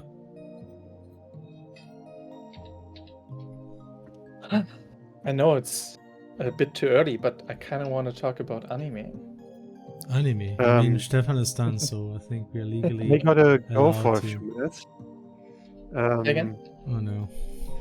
I'm gonna go for a few minutes, but you can already start talking about it, but I'm gonna be back in a few minutes. Oh, Bye-bye. Bye. I recently restarted watching Attack on Titan with Björn together. Ah. Because I think he never watched past the first season. So there was a lot to catch up for him, and now next week I think the final finale is coming out. Oh, the final. Is it really the final though? Yes, this time it's final. It's the Damn. last final part. I won't believe it. I don't know why they say it in such a weird way. It was also weird that there was season 3 part 1 and season 3 part 2 and season 4 part 1. Why just not say season 3, 4, 5 and 6? And then the first special and now the second special is coming, which is basically a movie. And yeah, it's really, really interesting because I haven't rewatched Attack on Titan in a long time. Because, well, it took very long to finish and everything. I think the first episode came out 2013. Yeah. So, 10 years. And yeah, it's really, really interesting just to see all the hints. Everything is very thought out from the beginning, which is really cool to see. Because I think they actually they show like a lot of short hints to what's happening later. I actually would like to do that as well. Just probably will do that too before we watch the final stuff. Like Paris and I both actually watched it. We may just rewatch the whole thing because we forgot a lot of the stuff again. Yeah, and there are a lot of just little details or how people phrase things that make you think, oh wow, I never expected a hidden meaning behind that. But oh, there's a reason they said it in this way and not in another way. Or use that word instead of another word. And yeah, it's really cool to see. I mean, the story has some controversies about it, but I think it's really like the ending and stuff. It's really unique, and I mean, it has some pretty amazing twists. Oh my fucking god. Yes. Of course. Of course, I know.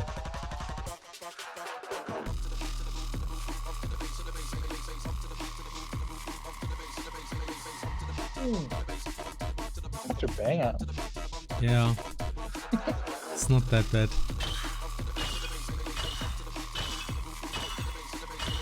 Okay.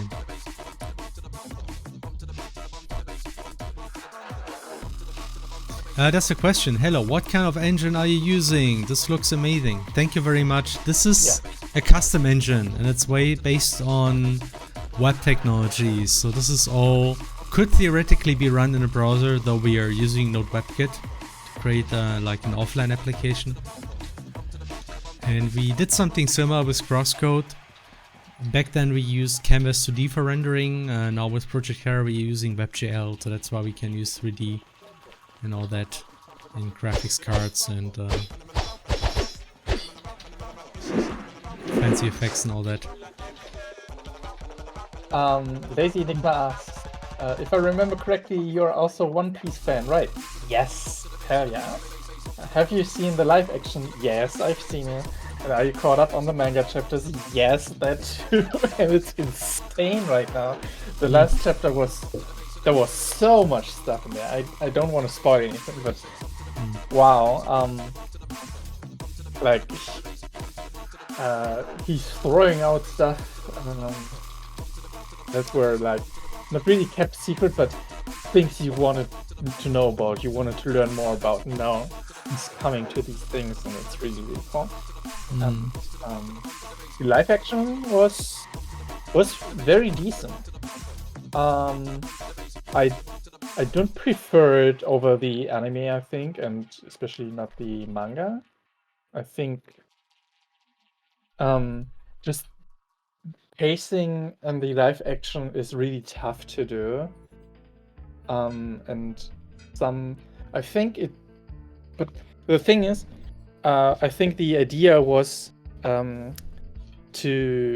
Oda said it himself that he wanted to get more people outside of anime and manga into the franchise, and that's also because they're doing it right now, because now is still a good timing to get into it.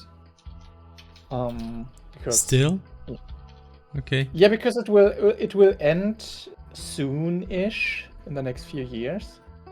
Okay, but a few years. That's also why the pacing in the manga really increased with the revelations and stuff. And it does that really well. I heard from a lot of people who never watched One Piece or anything. They only heard about it, and they thought, "Oh wow, that's really cool. That made me really interested. I kind of want to watch the anime now or read the manga." And I think in that regard, it fully succeeded. And I also love the actors. I love the how do you say, the scenery and all the props in the background and the locations and stuff. They're amazing. Like the ships they have for the live action, they were really, really cool, and some things they changed and adapted I liked as well. But there were some details in the storytelling and the plot and the pacing that made things worse, in my opinion. Which is hard to do because you don't have as much time. You can't go as deep into things. For example, with anime. But there was one thing that just didn't make sense in the live action. Because I'm trying to remember. It was about Nami, because Nami's arc is one of my favorite arcs. The Arlong Park. And I guess I'm gonna spoil a little bit here. I hope that's okay for everyone. But Okay. it's like a really, really early arc of One Piece. And like episode 6, I think. No, it's actually the last. Like 7 and 8 of the live action. But the thing is, at some point, Nani's sister tells everyone about Nani's backstory and why she's doing things. And in the manga and the anime, Ruffy actually takes a walk. He doesn't listen. He says, or people think he's not interested in it. And in the live action, he actually listens to it. And I thought, okay, maybe they change it a little bit. Maybe he falls asleep or something. But no, he listened to the whole thing, and that's something very not Ruffy or Ruffy. He's usually not interested in storytelling or when people talk about stuff and background and story or whatever. He's usually very easily distracted or falls asleep or just something else. So that was unusual to me. But it also changes a moment later when she breaks down and stabs her tattoo, her slave tattoo, and starts crying and asks Luffy for help. And Luffy basically says, yeah, of course, just say the thing. Just say you need my help or you want my help. And Nami's usually like, but you don't even know anything about me. And that makes that moment stronger in the anime or the manga because he really doesn't know anything about it, but it doesn't matter to him. He still helps because she's her friend. She's his friend, and he doesn't need any more reason to help his friends than they just need to ask or need to say it. And in the live action, he got told the whole background story about her, and he also comments on it.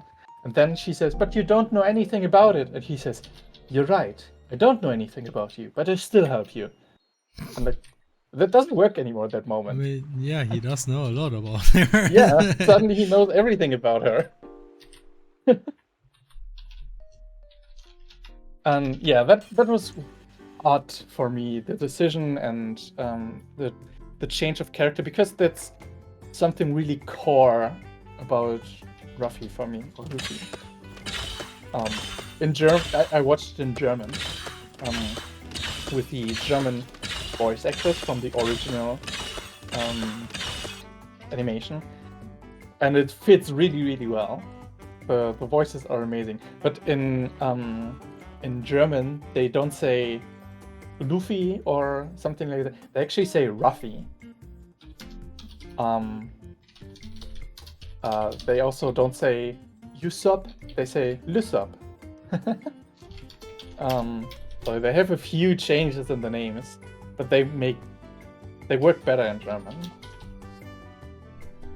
That's why I'm always going back and forth between Ruffy and Ruffy.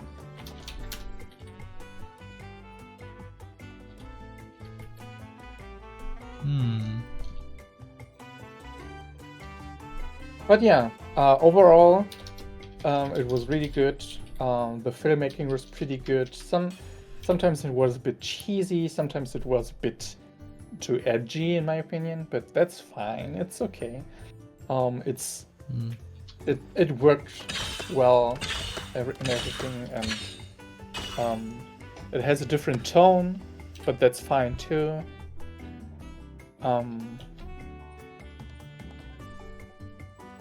And as I said, I think it succeeded in what it wanted to do. So I'm happy about that. Okay. We got a comment by Ayana Sapphire who said, I saw on Twitter you guys were working on new ranged weapons. Is there going to be multiple different kind of ranged weapons? I've been so curious. Also, thank you so much, Felix. I'm Felix, but hi. For responding to my email wondering about the crossroad classes. Yeah, no problem. So yeah, we have multiple ranged weapons. We have the crossbow, we have the chakram, which goes through multiple enemies, and what's new now is we also have bombs, so you can just throw bombs at enemy. Might still seem a bit ridiculous right now, so we might still tweak this one, especially the effects and sounds, I think. And then something I'm currently working on is the karma, which is used to, well, that looked like I put in the enemy, but it was actually attacking me. You can just hit them twice like this.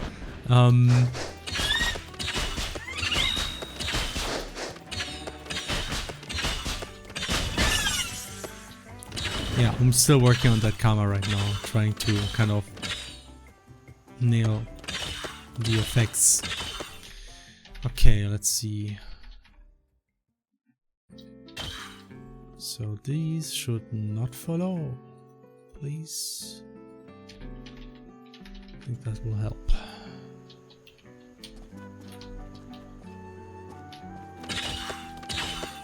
Okay. Yeah.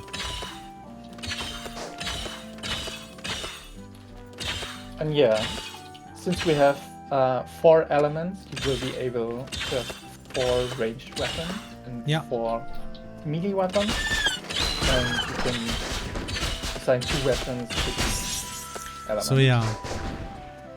1 melee weapon, 1 ranged yes. weapon. The idea is that, yeah, like Flora said, we have again 4 elements. It's actually really 4, it's not 5. In Crossgo at the neutral element, that one doesn't exist. I mean, you can see it here. Essentially you have the physis element, which is your neutral element more or less. You have ether, which is a bit like shock, but also a bit like wave. It's kind of like a mixture of the two, I would argue. Okay. And then we have cold and heat, like the classics. So those are the 4 elements. Then in the middle, that's just your equipment. And for each element, you can equip a melee and a ranged weapon. And that's why you will always be using 4 different melee and 4 different range weapons. So that is kind of like the big thing about Project Terra, that they actually use all kind of weapons interchangeably. So it's not like you select one weapon and that is your weapon. You will actually have all of those weapons. And you will also be required to use them at times. Like not all the time, but sometimes there are certain enemies that are really vulnerable towards certain weapons, just like there are certain enemies in Crosscode which are really vulnerable to elements. Yeah, so we have 3 damage types, which are pierce, plunge, and slash. There's actually an example I can give you. It's sometimes subtle, but like take the wasp here. If I attack it with the chakram, you can see it does damage, right? But enemy will just die like this. Whereas if I attack it with the crossbow, you can see those purple numbers. That means it's actually triggered pretty strongly. And you can see I actually break it. So that's why arguably shooting it with the crossbow is more effective here. That's one example. Like a basic example.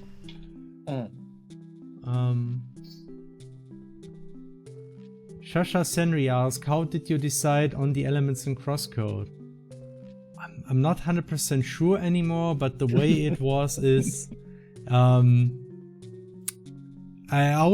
there was always this idea about having counter elements, like one element and the opposite element, right? So heat and cold are always like the obvious thing, so you make this.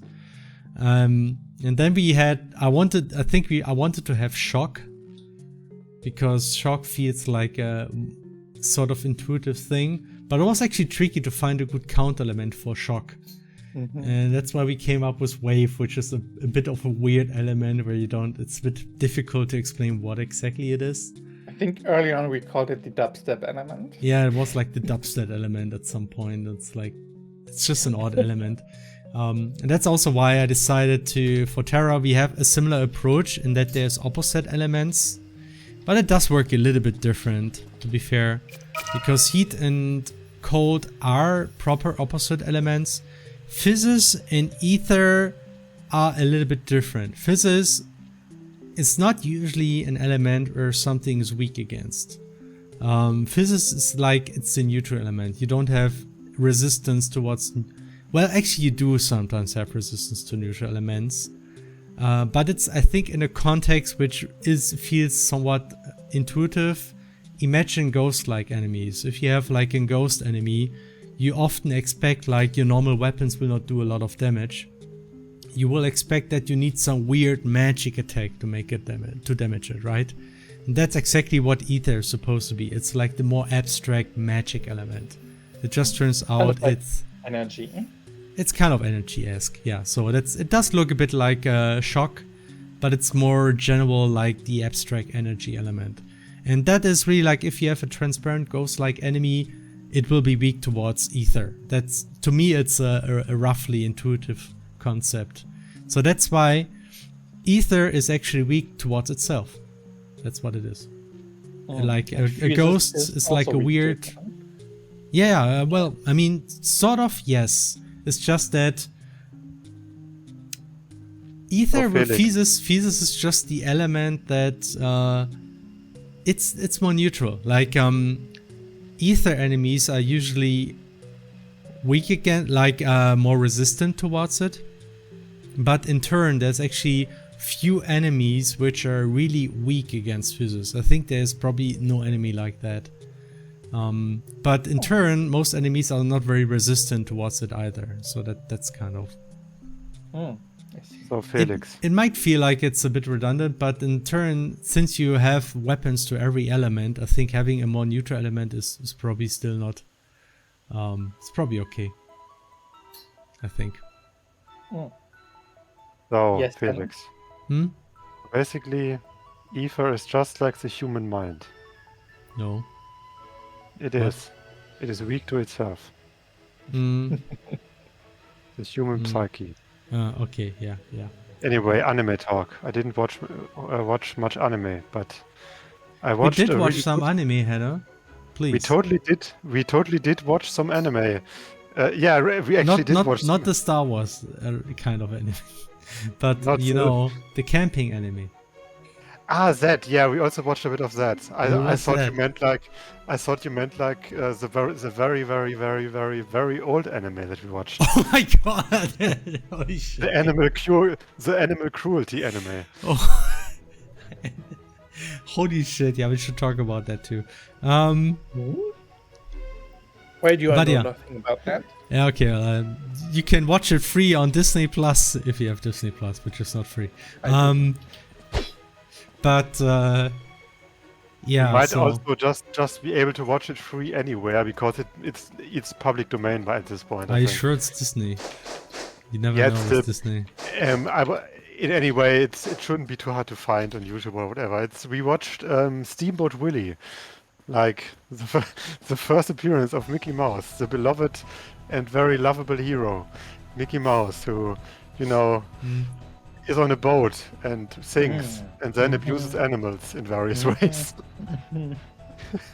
It's really odd to watch it. Like in the beginning, it's all fun, and then he just keeps doing those weird things to animals, which get more and more absurd. It's really weird. Like it probably aged as well as you would expect from something from 1920.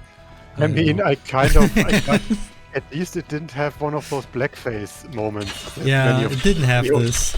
It was only animal cruelty, so... Yeah. Well, yeah, and we also watched some more Eurocamp, right? Eurocamp Season 2. That we did. Yes, and then we also watched a certain anime that had very well animated live action actors. So it was actually not anime. Still very good. Felix, it became one of your favorite series of all time. Well, I mean, sure, it was very good, that series, so... Yes, we are It's a talking bit about... hard to say it's like the best ever, but it was definitely very good. Of course, I'm talking about this one Star Wars show that is very good, even outside of the Star Wars context. And the show that I basically try to annoy everyone about, because I heard it's not super popular. Because people are annoyed by Star Wars at this point. But it's a very good show. People should watch Andor. I'm talking about Andor. It's very good. Watch Andor. For fuck's sake. It's good, yeah. Even Felix thinks it's good. And Felix is like the grumpy person who always says, oh no, this is bad. I don't like it. I mean, I really like maybe I can publicly say this on stream. I already got a lot of arguments because of that, but I don't like Rogue One. But I mean, the interesting thing about Andor is it's kind of like a prequel to Rogue One in some ways, and like a character from Rogue One is in there and all that. But it's really, really good. It's really, really good. Like I Rogue One is also really, really good. You just had no taste in that case, but at least you like Andor. No. Anyway, I get what you mean, but Andor is really nice because it's like one of the best depictions of fascism actually, and authoritarianism, and with best I mean it portrays it very, very authentically and realistically, and portrays how it fails and how it operates, and it's really authentic in many ways, despite it being like, you know, a Star Wars show. It's really good. People should watch it. I will at some point. What's the pitch? If you weren't a fan of Rogue One, I can only wonder what you thought about Solo. I mean, did you even watch Solo? What's Solo?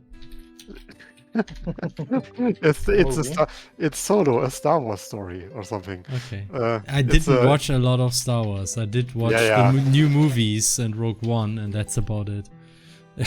Yeah. Well, so you watched the worst. I mean, you also watched the old movies. I'm one of those weird people who thought like the first of the new movies. I actually liked that one. That was pretty decent. It was fun. I also didn't hate the others as much as I hated Rogue One. I'm not even joking. Somehow Rogue One really got on my nerves. It's hard to explain. That's why I think maybe I need to watch it again just to be sure if I really hated it much.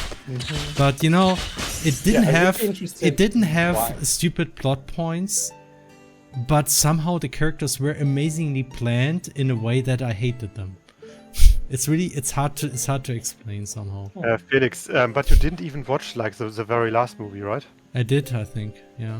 You did watch the Rise of Skywalker? I think I did, yeah. And you didn't, and you hated it less than Rogue One? I think so, yeah. Holy shit, Felix! I'm what sorry. the fuck? Somehow Palpatine came back. Yeah. And then the amazing love story of a guy that now dies and quickly gets a love story resolution with girl. Yes. And the great story about how everyone can get the Force, and you don't have to have good genes, but actually, oh no, the parents were Jedi or something. Yeah. No. It's even worse. Oh, actually, she's the granddaughter of Palpatine. Like, what? Oh, right. Who, by the way, somehow came back. Yeah. And somehow got a giant fleet that he could pull out of his ass because some secret army that he put in some asshole planet somewhere. God damn it, that film. Maybe I just watched it and didn't think too much about it. Yeah, maybe. Yeah. I mean, it's also, you see it in a different light when you have watched the other Star Wars movies, because it repeats a lot of stuff, but in worse but way. I think, Felix, you did watch like the old movies, right? Yes, I did watch them. It has been some time. And I actually kind of noticed how it's like similar in a way, but I honestly didn't mind that much. Because it was a long time and I didn't remember it too closely, I think. And I don't know, like people watch remakes, play remakes of video games, and they don't complain. So I don't know. I don't know. Someone asked Felix, did you at least like K2 S0? That was the drone, I guess, right? The droid. The droid. No, I did not like him. For some reason, I noticed he was supposed to be funny, but somehow he wasn't. Like, I don't know. I can't really explain it. Somehow, I'm not sure. Maybe it's possible that I watched it in a context where I was somehow in a bad mood and somebody actually hyped the movie, and sometimes it has this reverse effect that I sometimes hate this. So maybe that's why I didn't look at it objectively. Maybe I was just that why I hated it. That's why maybe I will watch it again sometime just to be sure and see, okay, maybe it was just that moment that I hated it. But yeah, the only thing I still remember is that they had this one stupid theme where this one main character had to really go out of her way to save that child and that cat or whatever that was. I don't know, something like that. And it still didn't make any sense in context to me why they did this. Like, there was such a selfless, there was just such a cliche moment. Felix. That was so stupid. I was so angry when I saw that somehow. Felix. Yeah. It was to show that she also was a girl once. Yes, you made that joke already. Thank you. I know, I made the joke already. But now everybody can hear it. Thank you. Yeah. It was a metaphor for her innocence. She's such a hero. For some reason, nobody was annoyed by that, but it was such a random scene. I mean, if a hero sees a child in some bombardment and she saves the child, it's just like, I guess that's what. Yeah, I guess she's a hero now. Good for her. I mean, she was always a hero in a way, Felix. Anyway, bottom line, and the most important part is Andor is good. Watch Andor. Andor, though, really, really good. I can fully recommend that one. That was quite amazing. You also really liked the how the dialogue was written. Yeah, it was very good dialogue. I really like you noticed how so many characters were acting in a clever way, you know? Like a lot of Imperial characters were really clever characters. And I enjoy that. I mean, like, it felt a little bit like Game of Thrones. Now, you know the good parts from Game of Thrones. Where you kind of like, you had like a respect for all the characters, no matter if they're protagonists or antagonists or whatever. Because they're clever people who are acting in their interests, and Andor had this very strongly, I thought. Like, even though there were some characters who were acting a bit stupid at times, not all of them were super clever, but it wasn't really biased in some way, you know? That's just how the world is. Yeah, but it's not like, the Empire is like, it's always acting in this ruthless but stupid manner. They actually have, you know, clever people. Some people who are quite clever as well. Yeah, those intelligent I mean, people. It makes sense because the Empire side is mostly focused on like those intelligence service, and they have to be clever. Dugnet asks, need to watch anything before watching Andor? Not really. I mean, it's good if you know what the basic premise of Star Wars is. But Andor is basically a prequel to Rogue One, and Rogue One in turn is like kind of a prequel to like the old movies. Like, I mean, Andor basically is right before A New Hope starts. So basically, you don't need to know much of it. You might need to know, this is Star Wars. There's an empire which oppresses things, but a lot of it is like, it's like the thing with Andor. It's like the only Star Wars series that is just good as a series, even if you ignore that it's Star Wars in a way. So. Yeah, it's really, really good. Just it's like a series that basically anyone could watch. At least anyone could watch who expects like an effective drama series that also is a bit slow, quote unquote, a bit slow. And by that I just mean it's not an action series. Primarily, it's primarily more of a social and character drama. Yeah. It doesn't have too many action scenes. It does have a few which are really good, I thought. Yeah. But yeah, it's a lot about dialogues, and that it felt quite mature for a Star Wars series, I thought. And I like that. Let's call it war. let's call it. War. Yeah. I just wanted to quote it. Yeah. There's another show I rewatched. Oh yeah? That's Invincible. Still need to watch that at some Invincible. point. Yes, Wasn't cartoon that show with the season 2 is Thing. coming the Think. next week Yeah, as think. well. Okay, I got it. Yeah. Yes. Think, Felix, Think. think. Yeah. Look what they need and- to mimic even a fraction of our power. And the third one was that's the tricky part. That's You a neat don't, or thing. something. You That's a don't. neat thing. You don't. Yeah. J.K. Simmons, man. What Yeah, a man. legend. J.K. Simmons is really good in that role. He's a great Also, voice actor for if cartoon. you've forgotten, it's written by the author of what's it called the zombie one. Fuck. The Walking Dead. The Walking Dead. Yes. Oh really? Oh. Oh really? Yes. Interesting. It's by the same author, and what he really does well is he takes certain tropes and twists them in a way, which is really cool, and it's really well done in Invincible too. Mhm. Yeah. I've heard a lot of good things about it. I just have never watched it. Yeah, it's very brutal, but that's okay. Yeah, of course. Yeah, I mean, I've seen it's some very scenes. bloody, very in the first episode already. Speaking of very bloody, we also watched Eurocamp. You know, cute girls camping and stuff. Wow. How? That sounds mean- brutal as well. What I is mean, this? What is this transition? Speaking I mean, of bloody. sometimes it is. Remember this one scene where they ate something that was freshly slaughtered at the table? Yeah. I think it was eels, right? Yeah, I did that at some It was point. eels. But Yeah, I mean, so much food. so much food. Yeah, we actually didn't finish the season. We still need to continue a bit of it, but it's Eurocamp. You know Eurocamp. It's cute. It's chill. It's nice. And also, I finally finished watching the last season. I basically watched the last episode of Ahsoka yesterday, and it's good. I mean, that's a series that is good, but it's good within the context of a Star Wars series because you need to have watched all the Star Wars to get.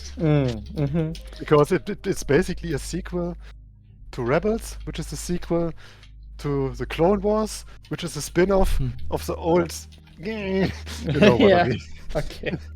And also, it's Ahsoka is also a spin-off of the Mandalorian stuff, which Mhm. also has tons of references to other things. So, Yeah. I mean, yeah, it builds a whole universe, so it makes sense. right. So big fanboy bonus from me for Ahsoka because I really liked Rebels and Clone Wars and parts of Mandalorian. Not Boba Fett though.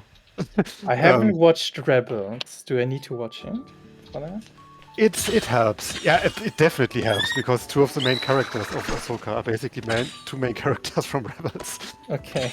The thing with Rebels is, I think it's a really good show. I mean, you have to, of course, keep in mind. Interestingly enough, I haven't heard anything good about it. People, Really? Yeah, people didn't seem to like it. I think a bit of it is really biased. First of all, it starts a bit slow, especially at the beginning. It seems people were really low on it because it's Disney Star Wars animated. The main character looks like Aladdin and kind of behaves like Aladdin. And it's also a bit more lighthearted at the beginning and a bit more childish, blah blah blah, for the first season. But it really picks up with the second season, and the third and fourth season is really strong, I think. And yeah, I mean, Ahsoka, it might also work if you didn't watch Rebels, but a lot of the emotional core of that show is basically based on like the characters from Rebels and the stuff that they did there. And in many ways, Rebels is really good. I think it's starting with season 2. It's at least as good as the best parts of Clone Wars, in my opinion. I mean, it has maybe a few episodes now and then that were. I haven't watched Clone Wars as well. I mean, Clone Wars also started somewhat mixed and only got really much stronger with the second season or something. And also, it has like a ton of episodes. Yeah, Clone Wars I is always really thought long. it was just like not canon. It is full on canon. Like Yes. Clone Wars Rebels, it's all canon. And I didn't realize that until it's too late because there's so much. Yeah. But I mean, the thing is, at least it's easy to watch at first. But because it's short episodes and the storylines are rather quick. But yeah, the first season is really rough at many points because you had like Ahsoka, who was really not popular at the very beginning because she was like this annoying kid character, basically, for like the first season or two. Yeah, I mean, she was still young. Yeah, she was super young and she had a lot to learn and stuff. And if you watch like the very last season of Clone Wars, which they produced like only a few years ago after Rebels, and you look and you see her there, a lot of the dramatic stuff is really, really strong with her. And then of course the dramatic stuff she goes through in Rebels, because she's also an important character in Rebels in one season. So, spoilers. Okay. Didn't Clone Wars have Ima Gandhi? Maybe. That sounds familiar, but remembering. Oh, that person. Yeah. Okay. I don't remember what he did. I just remember the design. The thing with Clone Wars, first season again, really hit and miss, more miss than hit. Definitely ignore the pilot movie. It sucks. It really sucks. And it's not important. But the first season had like a few good episodes already that are kind of more like what the series is later, basically. And as a general rule, Clone Wars is best when it's about clones doing wars. Actually, it's really true. It's like the clone episodes are usually the best ones. Even though the series manages to even make Anakin a compelling character, so that's something. With time, of course. I saw the post said that Ima Gandhi is I'm Gonna Die, and then he... Hey, spoilers! Okay.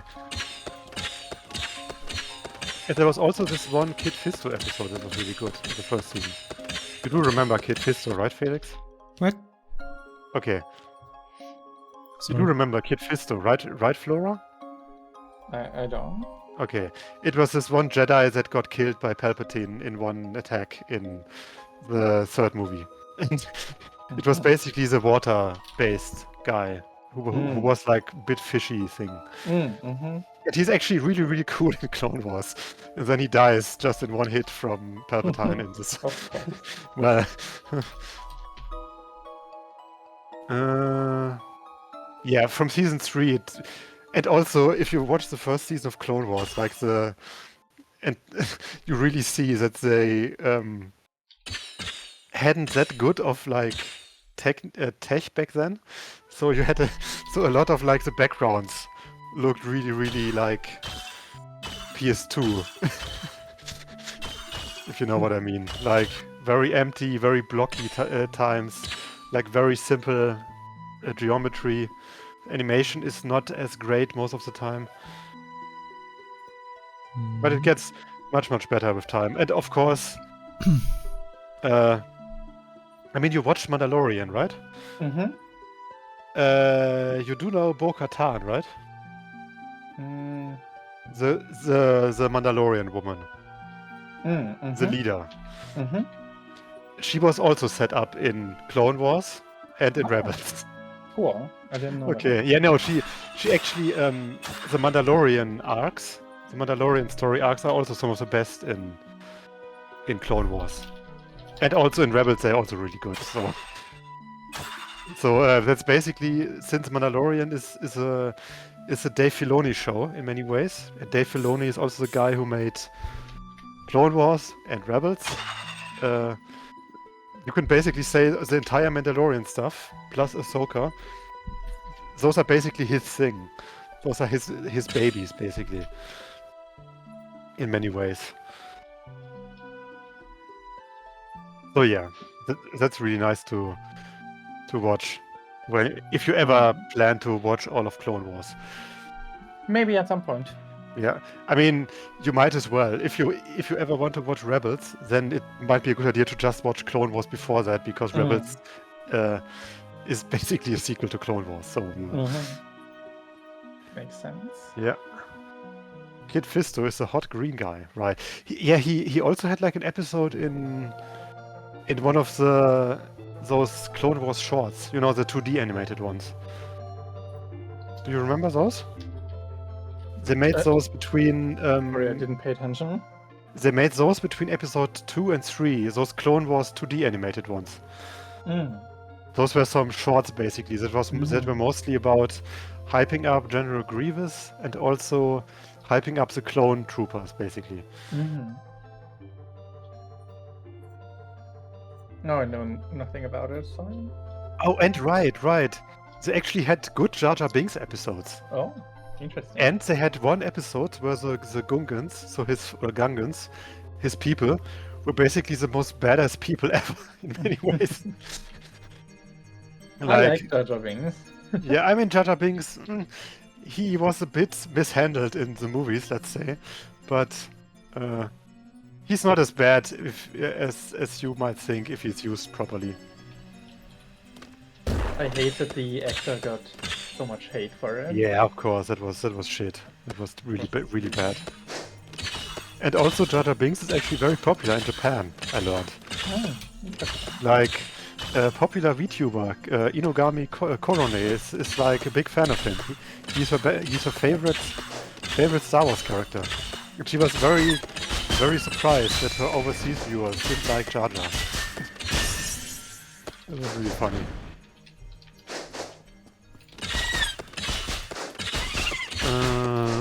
Okay, yeah, lots of Star Wars talk. We also watched nothing, but we're planning to watch Castlevania. That's true. We're planning to watch the Attack on Titan finale. Right, I still need to watch, or I mean I don't really, because I read the manga completely. But I still haven't read the manga completely, I think today. Okay. Finally finished it. Oh, you finally finished it? Nice. And did you like the ending? I don't mind the ending. Okay. I mean, I'm still trying to understand things and stuff. Yeah. Thing is, I've heard that he plans to actually release a final volume for the manga. Still. I mean, so basically, yeah, it hints at a sequel. A bit. And yeah, I mean, I was a bit mixed on the ending. There were some parts of it that I didn't like a certain thing about a certain person, you know, that I didn't really like, and that a lot of people didn't like, which is why it became a meme. You know, the incel thing. And yeah, but the overall stuff, the final fight was pretty nice, and there were some things that I liked. But yeah, I mean, maybe I will still watch the final season part 2, so I can properly appreciate the final season part 3. The second part and the first part and the, you know. Yeah, it's actually not. I don't know why they make it so weird, but there's the season 4 part 1 and 2, and then there's the first special, which came out earlier this year, I think. And now next week is the second special, the final. Which is basically the ending, right? Yep. Okay. And that's much easier to say than whatever. I actually think that's better without trail. Yeah. You mean the Attack on Titan special? No, the thing is, I think the Karma really looks better without the trail, because there's already the chain, and having the trail and the chain makes it a little bit redundant. Like I tried it here. With the trail, it does look more like a chakram again on a trail. You cannot see the shape of the Karma that well, so that's why. Of course, you can make it smaller. You can make it a line like for the arrow, but I think this looks weird as well. Let me try, because it's I mean, it doesn't fit the shape. So I think I guess probably it's best to just not have a trail. Or maybe do something to make the like you can see some tray here. Well, I guess that's a little bit better, but still.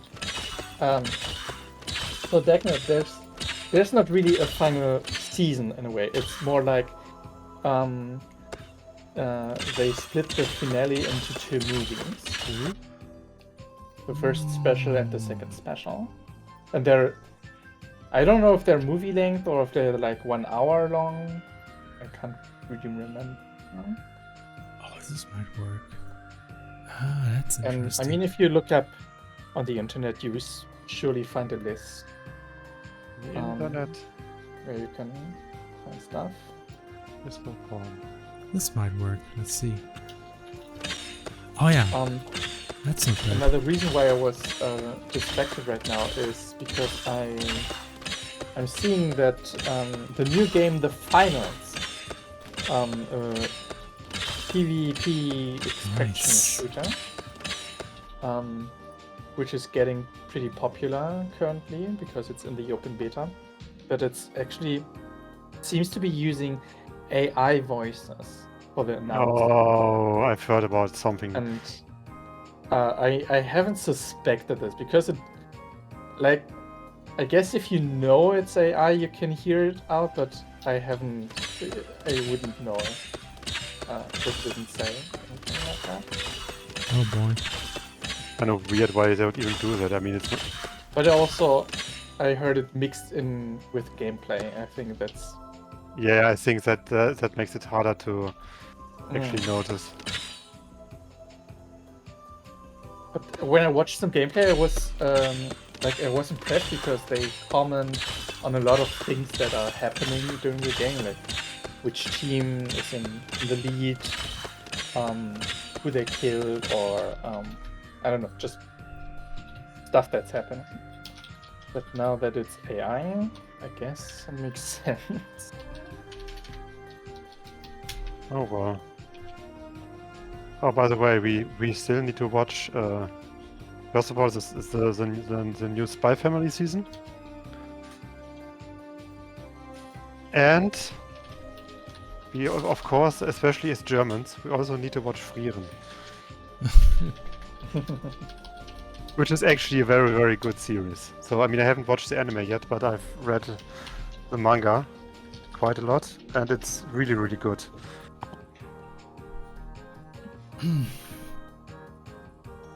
Frieren. Frieren. Yeah, which was really good? Frieren or something else that I used? Frieren was really good. Okay. It's a really good fantasy character drama. Actually, having those subtle speed lines, I think I like that. On that topic, the trailers look weird. Maybe if the blade had some after images instead. We Question can't do mark. after images yet, so that's why. But I think after images probably will... I don't think they will fix the issue, because since it is like a fast rotating blade, it will probably look very noisy, similar to how the Chakram looked. Actually, I do like this approach here. Mm-hmm. I think it looks good. Yeah. And I think with the correct chain and graphics and stuff, it will also make a difference. Not good enough. No! Actually, I actually wanted to make this one return a bit later. So it doesn't come back that quickly, because it's that fast anyway. So for the Chakram,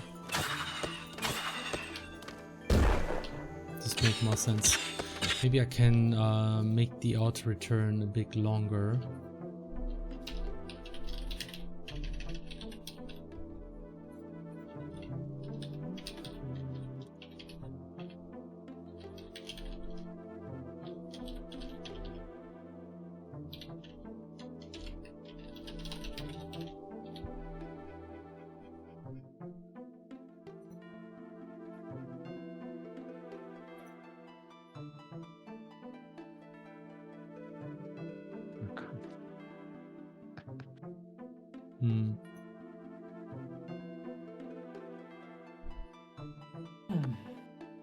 Oh, there's also, weirdly enough, a new Rick and Morty season, but without the voice actor.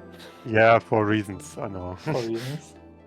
Actually, I mean, it's season 7, right? And I think I'm not sure when I stopped. I think I stopped after season 3. Mm. And I don't really feel like catching up because I don't know. It's wild shit, but yeah, I can see it. It connects at some points, like all the different universes and parallel things come together and make a bigger story. But it's only like 1 or 2 episodes per season, so. Okay, yeah, I kind of expected that. That's typical Rick and Morty. By the way, speaking of that, I've heard that the new season of Loki started. Yes, I'm waiting currently for all the episodes to finish, and then I'm gonna watch it with Björn together.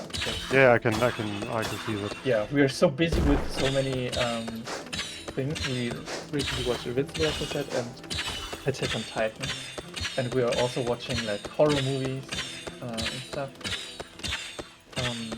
So yeah, we said let's not begin another show. Just let us finish something else first. Yeah, but at least I think Loki will be rather short again, like 8 episodes or so. Yeah. Okay. Yeah, I'm also gonna wait until it's finished and then I'm gonna watch it. I'm behind on Marvel stuff anyway. I still haven't watched the Ant-Man movie, I think. Yeah. And it wasn't really that special. Yeah, I've assumed. And I also didn't watch what came after that one. I don't know. There wasn't actually that much this year. Yeah, I think here Guardians of the Galaxy 3. Right, I didn't watch that one either, and I assume that it's also not that good. Not that good. I watched the Nick Fury show and it was not good. It was really not that's good. the thing I haven't watched yet because it's not good. It's like, man, I was so happy that they would do some like agent stuff and like some lower scope, not really lower scope, but like lower power level. And then they do this shit, and I'm like, oh man, what is it? Like, I was so disappointed by that one. Like, it had some nice things that happened here and there, but also so many episodes where nothing happened. It felt like, and then they did like some stupid fucking power battle again with some. I fucking hate it. Yeah, it was a big disappointment. Loki Season 2 has Kyu Kwan for those who loved everything everywhere all at once. Felix, that's you.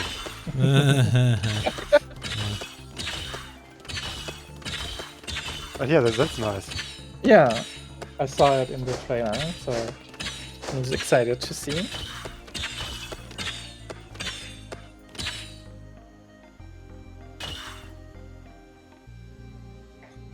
Okay. What else? Scott Pilgrim is coming soon. In November. Oh yeah. I'm really excited for that. The last trailer they showed, it looked awesome. Oh, like, nice. Really, really good. By the way, and I love Scott Pilgrim. The anime, right? So. Essentially. Yes. Yeah, that I saw some videos and they look really promising. It has music from Anna Managuchi, who made the soundtrack for the game, which is awesome, and in general they are an awesome band. They have all the original actors from the movie to voice act, and the interesting thing is they don't just like they have. I think they were trained in voice acting for that. That's good. Because it doesn't sound like the movie voices per se. They sound different. You can recognize the actor, but it sounds more refined for voice acting, which is pretty cool. It's also like a pretty funny fun fact is that one of the main characters from Rebels, or not from Rebels, who was played in Ahsoka, was played by the main female character from Scott Pilgrim, which was Oh. pretty funny because Cool. like you would know that character as like this rather young woman, like in Scott Pilgrim, and in Ahsoka she basically played a mom, Oh. which makes sense Interesting. because it's like 20 years since Scott Pilgrim, or 15 or 18 or something. I think it's 13. Yes. 13, yeah, but she still aged a lot, and it's pretty funny when I realized, oh wait, it's that actress. I mean, Another fun fact is Roxy from the movie, who's the blonde lesbian that shows up for one fight. She's actually the voice actress for Katara in Avatar. oh really? That's interesting. So she will be back, of course, with what she's used to do, voice acting. Yeah.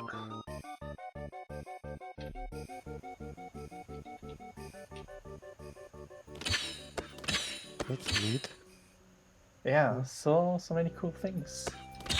And I'm still very behind on anime, but I'm gonna catch up at some point. Oh man. Felix, you also want to watch everything I'm gonna watch, right? What? You want to watch all the anime with me that I want to watch, right? Sure. You can be sure that it's only quality. So let's watch this one Fate anime that's coming out soon. You're also interested in watching Fate Strange Fake with me, right, Felix? It's Fate, but in America. Wasn't there That sounds another? fascinating. Yeah. Okay. Wasn't there another series that's coming soon that's based on a game? Maybe. I mean, I'm trying to remember. the second season of the Arknights anime is running right now, if you mean that one. And it's actually, I hear it's really good, and I think it has the advantage over the first season is that it actually is based on like more interesting parts of the story, because you know gacha game stories usually start a bit lackluster because of reasons.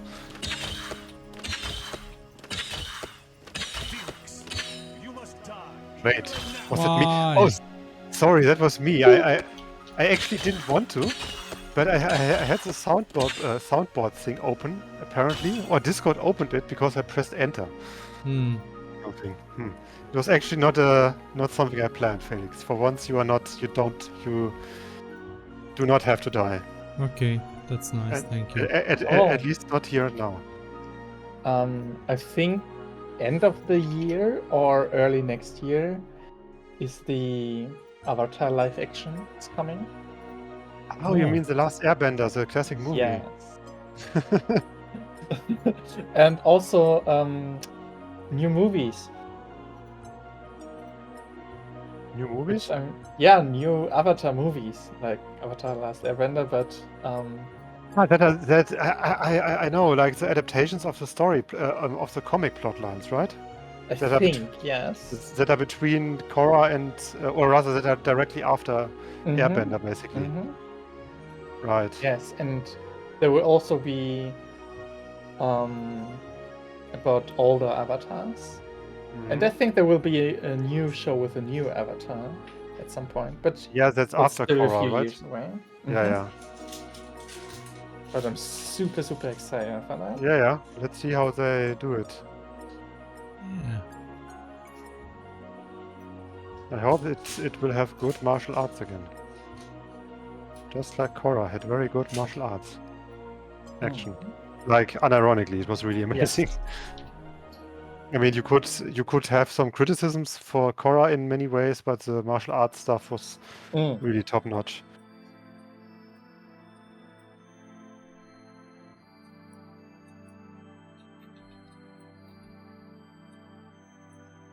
I'm currently just experimenting with the Karma animations, and I think I actually found something which looks kinda neat.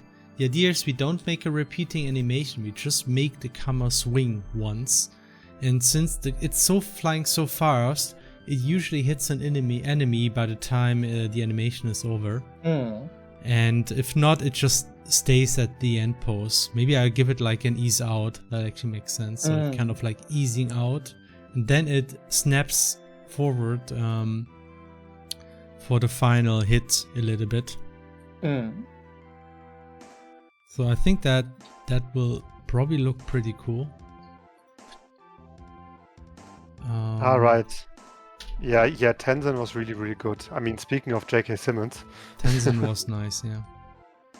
Tenzin? The character. Tenzin Was he voiced by J.K. Simmons? Yep. Really? I mean, Tenzin was like the airbender dad, right? Yeah. Yeah, that was J.K. Simmons. Oh my god, I didn't realize. Yeah, I mean, you definitely hear it if you hear them side by side. He really does sound a lot like J.K. Simmons. Because he is. Wow, that's so cool. I think the first time I watched Korra, I just didn't know J.K. Simmons that much. Yeah, I could see that. You might not have watched a lot of movies in English with him at that point.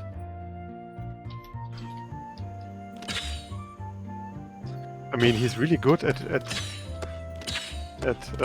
playing dads. Yeah, true. I mean, good dads and bad dads.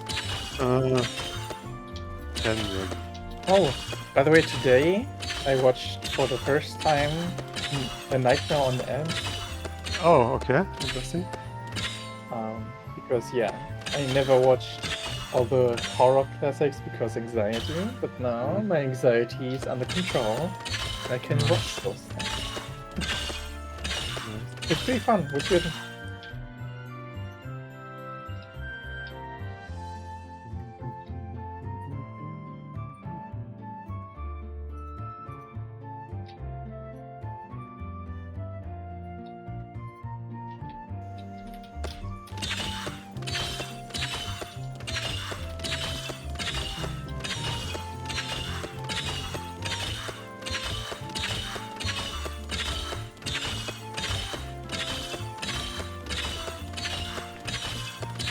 Also,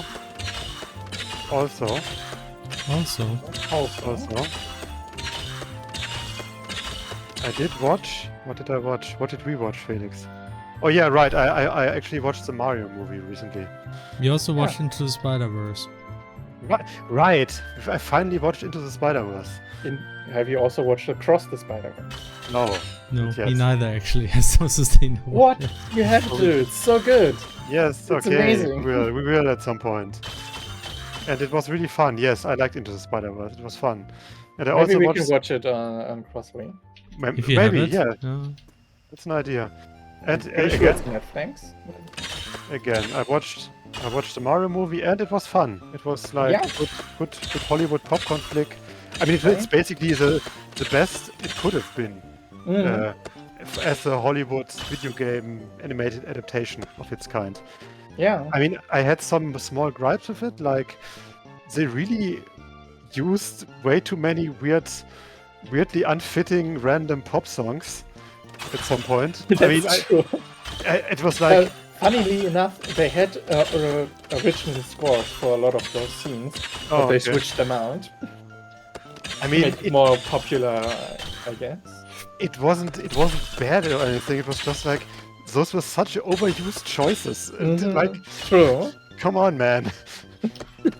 I mean, when Bullet Train used Need for Heroes, they at least used a very special version of that and not just the song. Yep, that's true. And also, it overused the stupid slow-mo way too much. I think. Like, I guess. Slow-mo, it's not bad again, but it used it at scenes where I was like, okay, this was really not necessary. You could have really done without this one.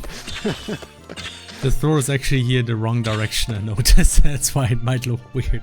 Okay. You actually have to throw it the other way for it to work, right? The karma, sorry. But Yeah, I guess makes sense. animation can still change.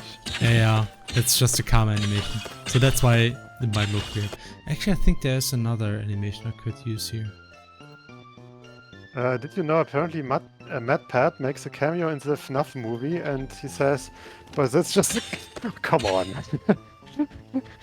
I mean, I would kind I of. don't know. It wouldn't surprise me, but come on, man. So far, I heard good things about the movie. I mean, I've never cared a single. I've never given a single fuck about FNAF in my entire life, so I don't know. Yeah, I always just shrugging. hear from like people as they have it as their special interest, and they go super deep into the lore and stuff, but they never like explain it to you in a simple way. It's either okay, you have to deep dive extremely deep, or you have no idea what. I still don't believe it has a lore. I mean, I know people are talking about it, but I still think, wait, isn't it just puppets in some thing and it jump scare stuff happens? I mean... Okay. I'm actually quite happy with the karma, the way it is right now. If anybody's paying attention to what I'm doing. When you start I am. After you roll, it goes back into in a little arc. It kind of looks cool. Ah, I can. Oh, actually, I can make it keep going forward when it comes back. I can do that. Let me try that. Oh wait, J.K. Simmons also had a voice in Gravity Falls, I think. Yes, he played spoiler. Okay, I see. Yay! No spoilers, please. And he also voiced the tall M&M, apparently. In some context. Some context. Does that mean you haven't watched Gravity Falls? Oh, Hannah. I actually didn't, yeah. It's also Did very you? good. I did, yeah. Yeah, at some point I will watch it. By the way, I also started watching Owl House recently. Owl House is also really good. Yeah, I really like it so far.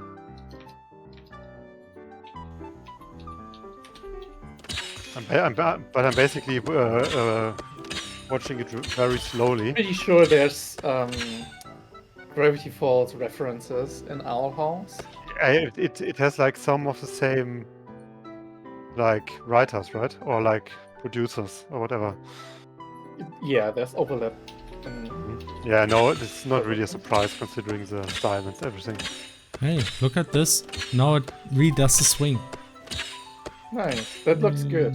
You also increased the range a little bit, right? Yeah. I figured out a way how to do that. Yeah, it looks better, I think, because you can actually see the camera now. Yeah.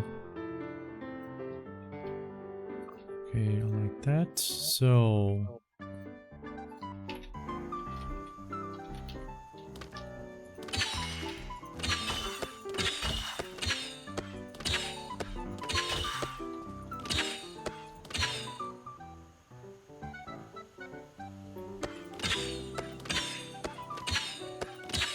Oh, and of course we definitely need to watch Delicious in Dungeon when it comes out next season or so, Felix.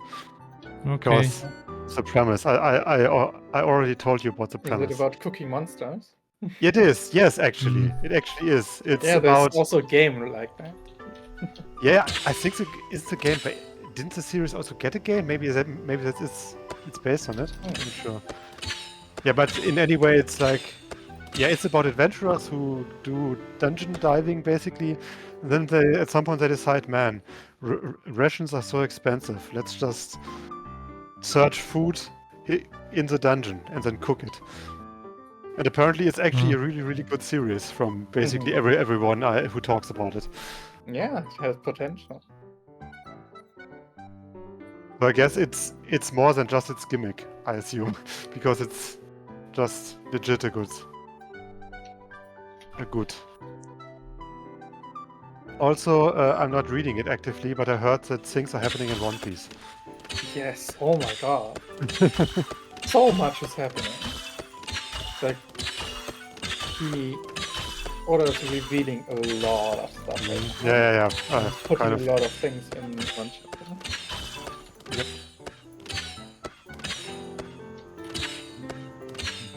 And like, also a ton of new connections between characters, which is really cool to see. Finally, you see certain characters interact together, which you only heard about before.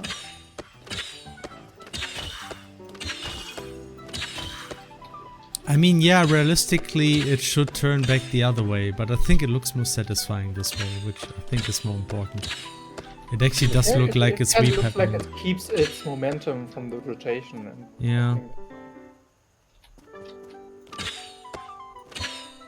Actually, I think the way it is right now, it rotates at the end, but if you make it like it's rotating from the middle, which is how it was supposed to be originally, maybe I will just do that.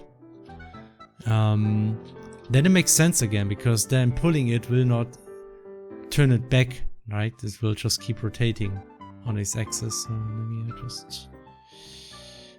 Okay, let's just move this a little bit like this.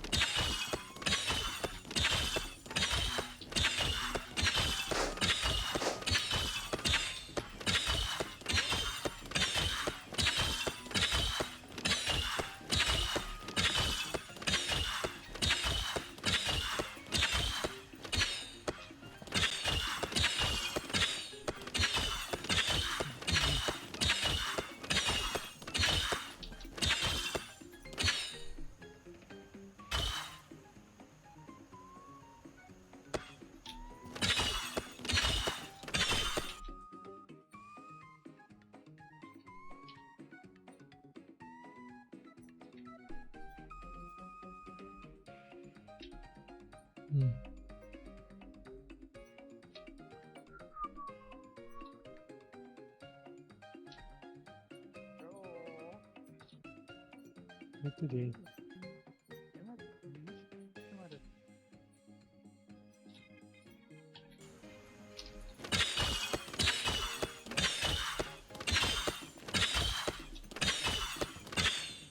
I think I'm gonna head out. Yeah, I mean, it's late already. and I don't have any more to say right now. All right. Anymore.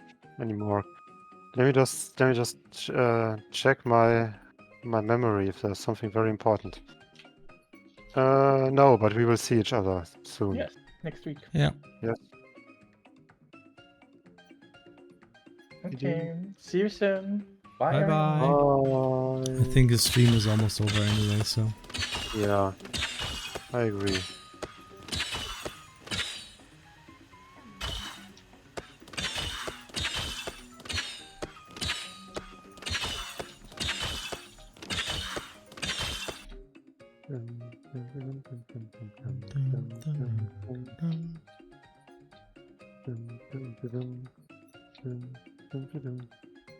Also, I played a bit more Xenoblade 2, Felix. Yeah. It's still fun. The best Xenoblade ever.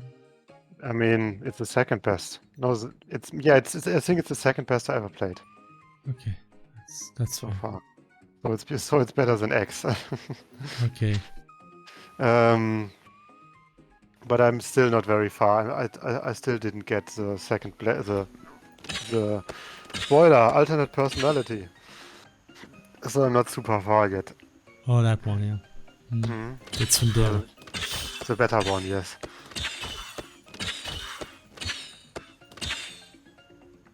And you know, it has like a bit of the cringe anime humor here and there, but I mean, it's fun. It's kind of fun. Okay. It's still silly, it's fun. I really like the gacha system. It's a very clever idea. It's very smart and clever, and we should also use it, Felix.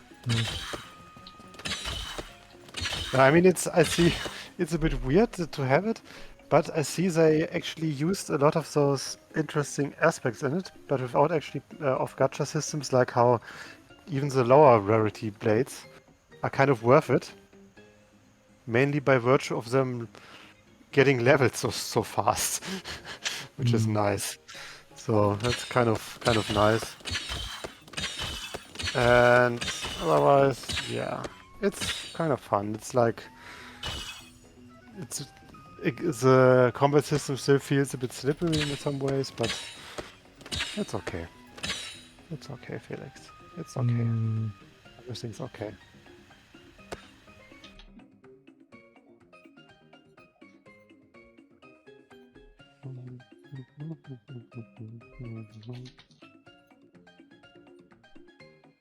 And I'm already looking forward to making the karma work with projectiles. No. What? The karma catching, it has to work with projectiles. No, please. With every projectile. Please don't.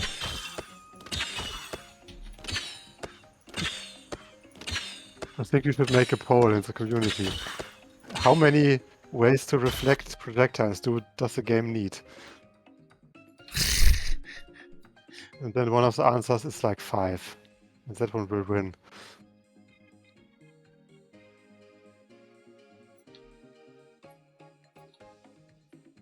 Okay.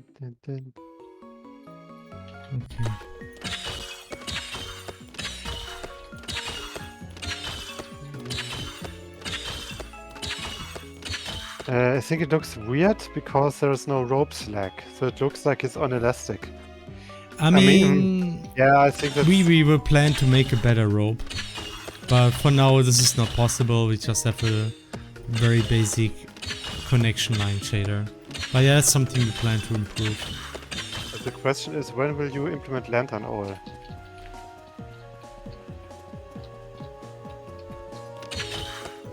Felix. Sorry, what? The question is, when will you implement lantern oil? Lantern what? Because you know, bombs, rope, lantern oil. It's from the Zelda CDI game with the shopkeeper. Oh. Yeah, I don't. He had like this one thing. It's a meme, Felix. It's a meme. Great, I don't know all the memes, sorry. Felix, you need to know more all the memes. And then you have to say slay after every sentence. Oh no, please.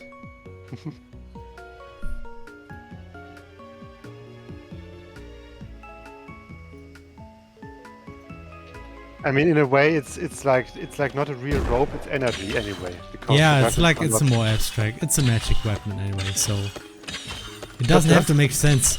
Yeah. Don't question it. But does Juno have the rupees? That's the bigger question.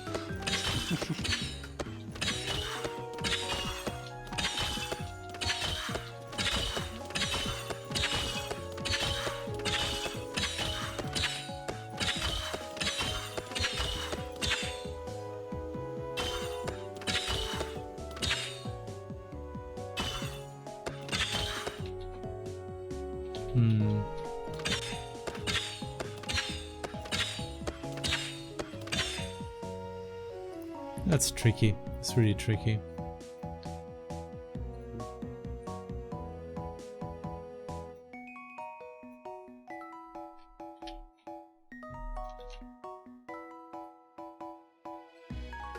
So how does this look?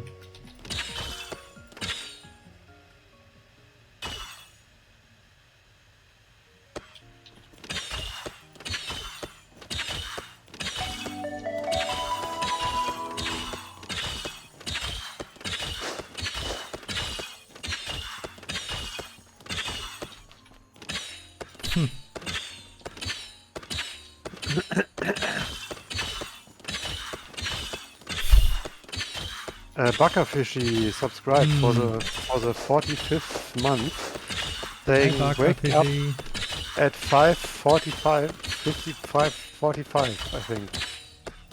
Numbers are hard in English. AM on a Sunday morning, partially to catch a stream for once. Been working on my annual Halloween OC art over the last few days. Spinning range rope pickaxe looks very cool so far. Keep it up. Lamp oil, rope, bombs. You want it? It's yours, my friend, as long as you have enough rupees. That's the meme. Good. Thank you.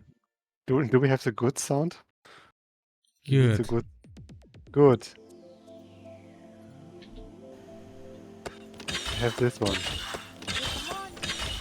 Okay. Definitely. think there's something else I want to check. Check.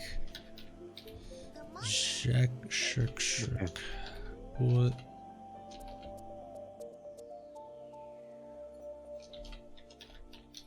Need a pull effect. This one. Also, everyone, I have like 4 blue sky codes available. Does anyone want to have a blue sky code? Just ask randomly in the chat. I mean, if people are watching us in the chat, it means that they are good people. So, Yeah. and the code thing is like, hey, we want to have like good people on our website. So, Yeah. so if anyone wants a blue sky code, then just tell me and I will give it to you. I have 4 of them.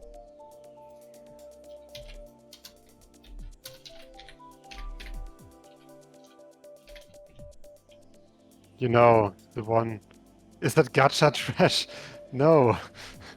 It's a new... That's Blue Archive. That's Amazing. Blue Archive, not Blue Sky. There's one. Take it. Take it. It's Oh like no. Now the it's bots like- got it, Hannah. Now the bots got it. All the Twitch bots logging on here's- chat to get the here's blue another sky one. codes. Oh, Hannah, Here's another one. that's not secure. Don't do this. Keys. Keys. Man, we should send those to key requesters. They Yeah, only get right. blue sky keys. Right. No, Blue Sky is like the Twitter alternative that's building up right now. You know, because Twitter is like kind of exploding right now. Like for the first months, Mm. getting worse and worse and worse. But I'm still using it because it has like all the artists. Yeah.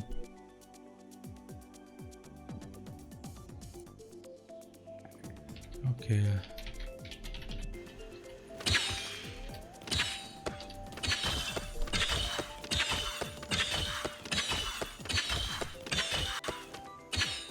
Mm-hmm. Okay.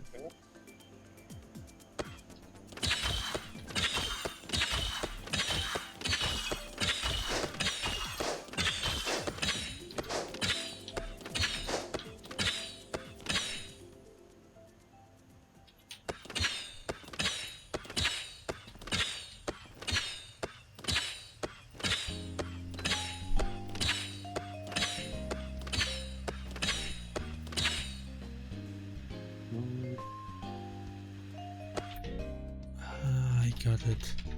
We should all move to Mastodon instead. I mean, Mastodon also had its problems from what I hear. So, Do not want. oh look, the 2 invite codes are already taken. Anyone else want some?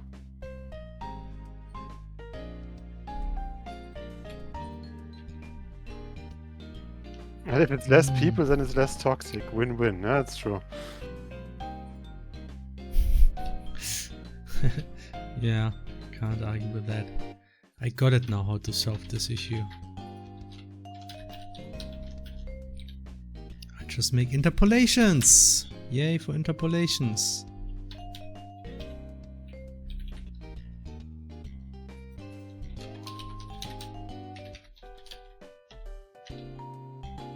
Mhm.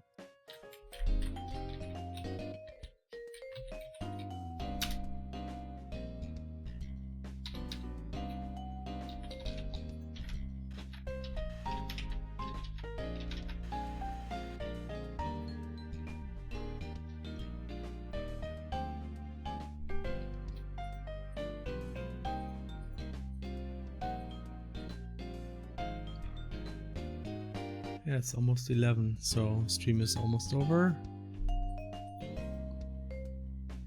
Is there any question that I missed?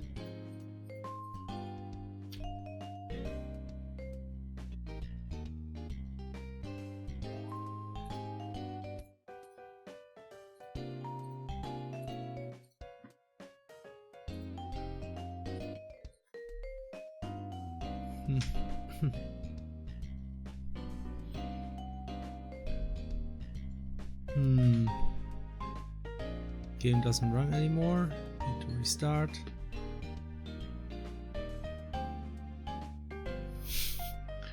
Can't give credit. Come back when you're a little richer.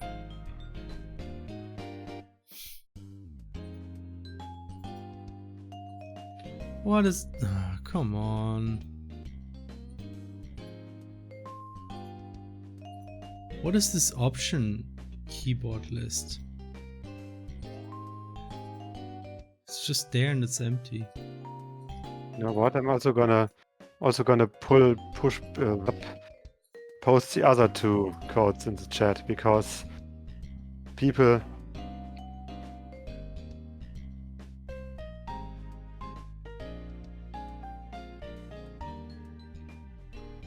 Okay, that's all my Blue Sky codes for now. Take them. Take them! And tell your friends how worth it is to watch Barca the Fishy asks, is the projector initial rotation adjusted based on expected forward travel distance before it hits a wall, such as at the right frame as it hits? If the projector motion doesn't end on hit, that might work. You're right, unfortunately it does end on hit, and you know every projectile ends when it hits a wall.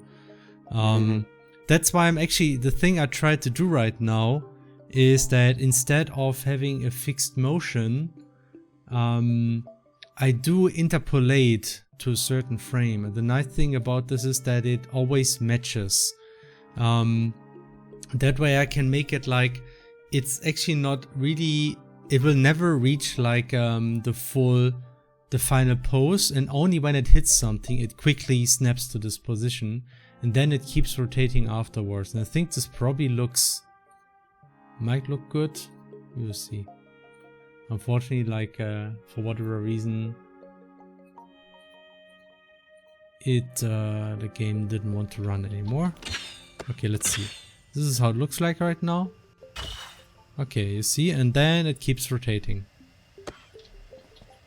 And if I don't throw it, it looks like this.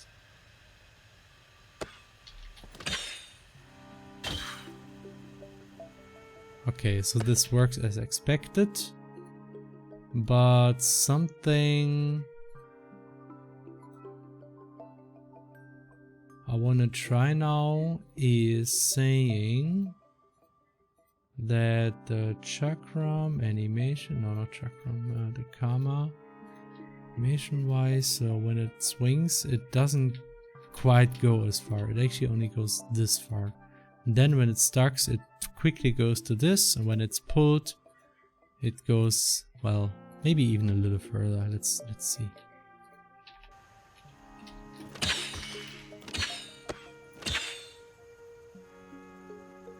Okay.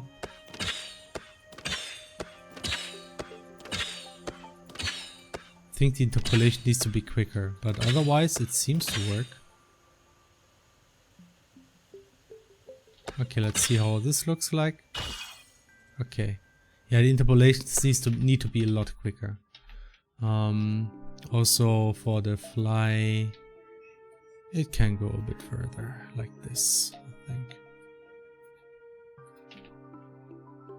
Okay, let's make this 0.1 or like 6.6. I don't know.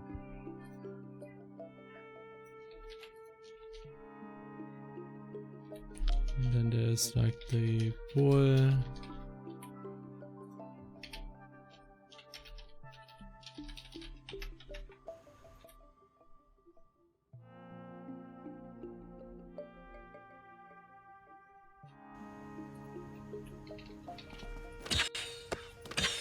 Okay, so here this is how it looks like when you throw it normally. Then it gets interpolated back. Okay.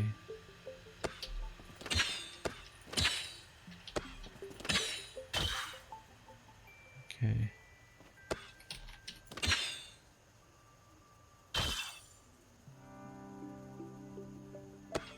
Okay.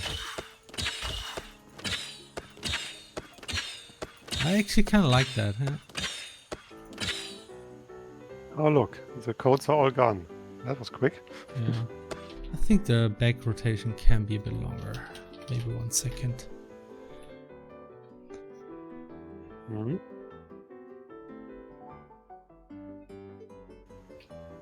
No, it's nice. You can also use the karma as a question mark.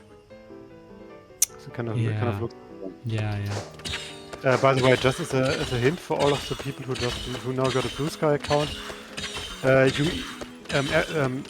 Blue Sky account gets like a new code every week. That you can basically share with your friends, with anyone who know. It's basically.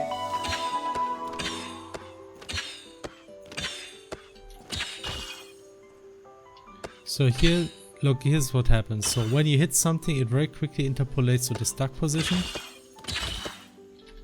So here, this is how it looks like normally. It goes forward, then it goes to the stuck, and it goes back. And when I just throw it right next to a wall, this is what happens. It very quickly goes, and then it continues. So that's like the neat thing about interpolations, because they just happen very dynamically. I might even make the stuck animation even quicker, because that one, I mean, can be almost immediately, but maybe like, 2 frames, 1 frame interpolation.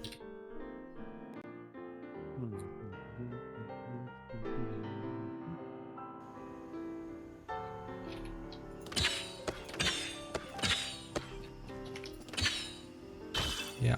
Okay. Wait.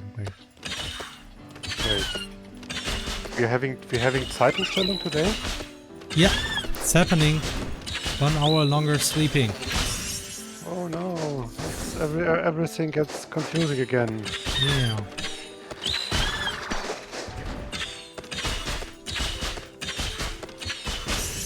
I like this.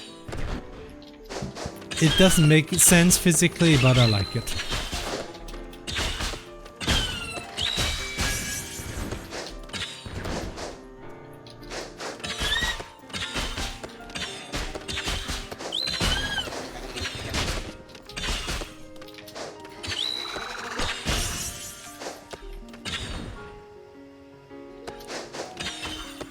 I think the weapon just needs a bit more contrast.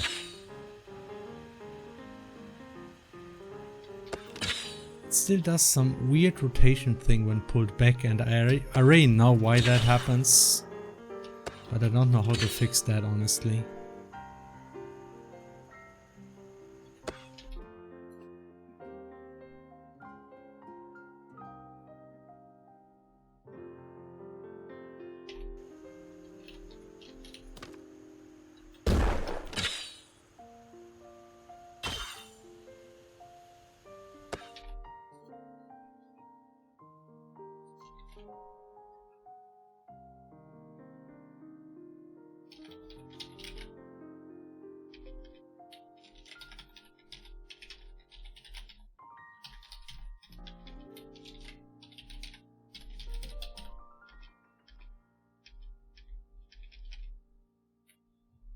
Mm.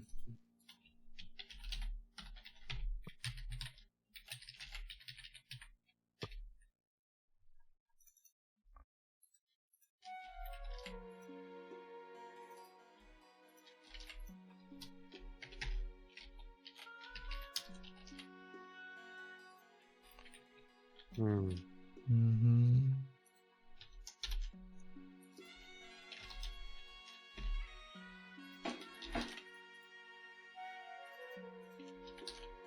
Okay, maybe this works.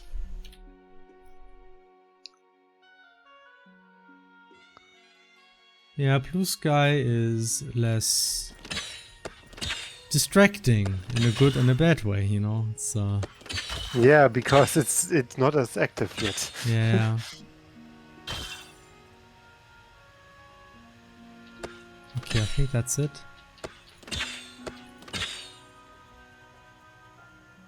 Right, nice, perfect. I think I got it.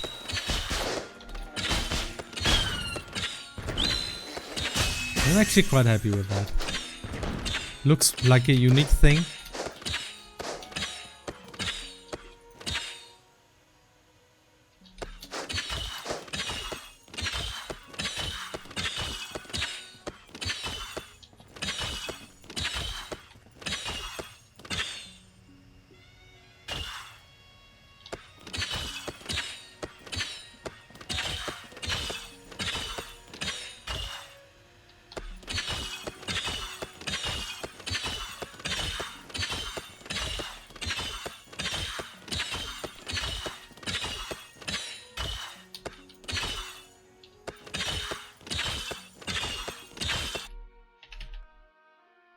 just need to make the size a bit smaller. What's the bounds anyway? Wait, what? Oh, there's no bounds. Oh man, this explains everything. Jeez.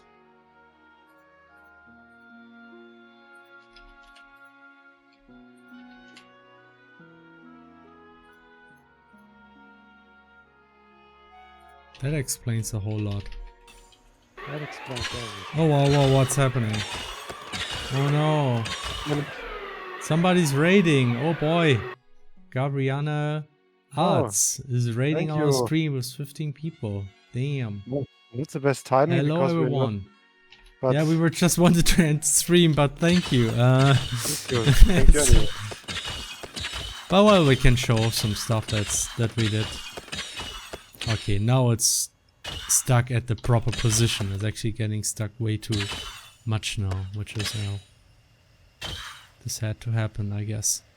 Okay, maybe I will move it back a bit further. After all,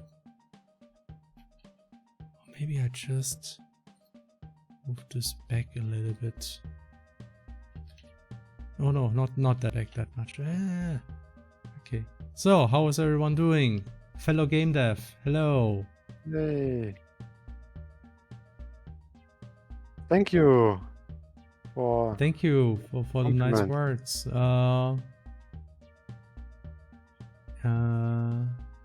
Yeah, so yeah, we're working on a game. It's called Project Terra. It's a 3D pixel art thing. And we are working on a new ranged weapon here, which is called the Kama. Kama. Kama. So that's not Kama the final Kama Hera, right? It's not the final name of the game, and not in the game of the game. In the game. Yeah. The connection of the line is not so great now, but otherwise this looks better, I think. Yeah, nice.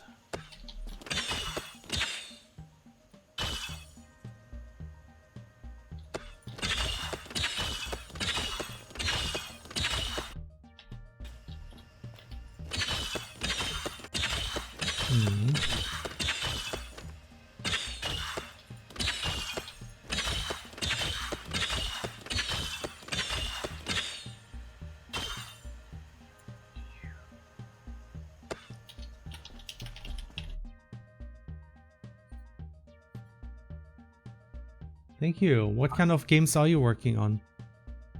Our games are so simple, though. I mean, that's good.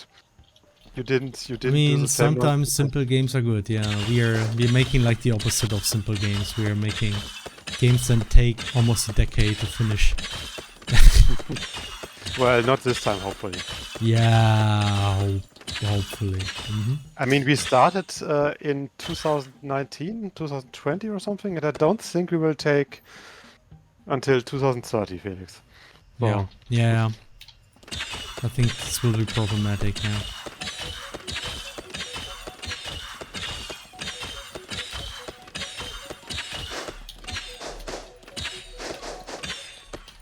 Yeah, nice. Okay, let's fight some enemies. Nice. Very good. So yeah, like this is our game, which there's only those two enemies. That's all we have. In this map at least. I could add some turtle. Let's add a turtle so we can show off the turtle.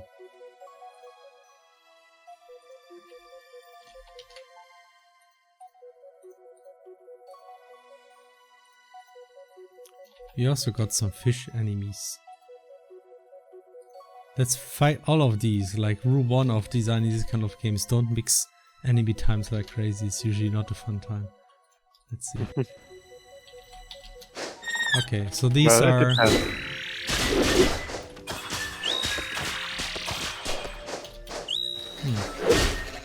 Whoa.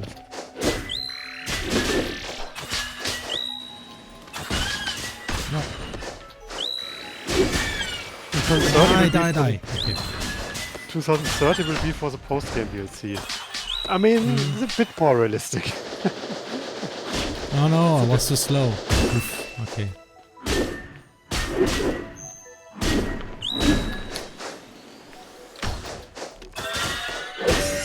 Yeah. Yep. Felix. Going to You're leave done? a lurk. I need to walk with my dog. Have a wonderful stream. Thank you for dropping by. Have a fun work. And also, we make platformers for now. 2 release, 1 development. Rava and Phantom Library is the most recent. Let me just have a look now. I'm curious.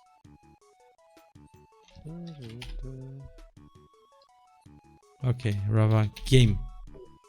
Okay. Rava and the Cyclops Cursed, I guess that's the one. That's a very neat pixel art look. Very, looks quite faithful.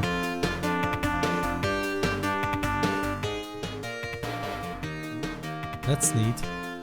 Yeah, you're not streaming it, Felix. I'm not streaming it, I am. Really? Yeah. I mean... Oh yeah, you are. It was just way delay. behind again. Yeah. And now I've got advertisement. Yeah.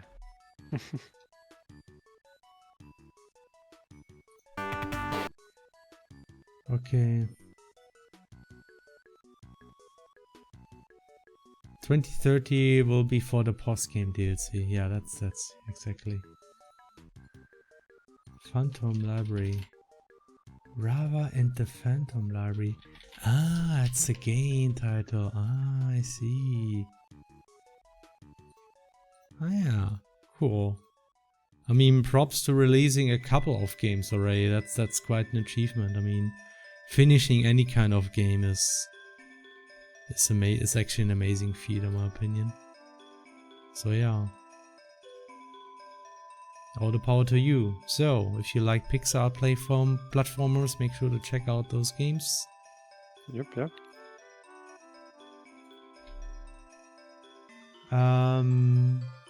Will Project Terra have early access like Crosscode, or will it release at 1.0? Or is it that not decided? Did you answer this already, Hannah? No, we didn't. I mean, we did talk about it in many streams before, but so we might do early access, but it's not decided at this point. Right now we are still like, if there's one thing we'll try not to make a very long early access like we did in Crosscode. So we want to make sure to actually have more content ready when we start doing early access at least.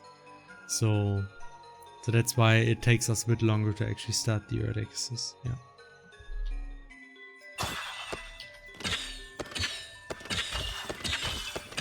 Okay, but yeah, I guess otherwise I think we made quite some good progress with the Karma.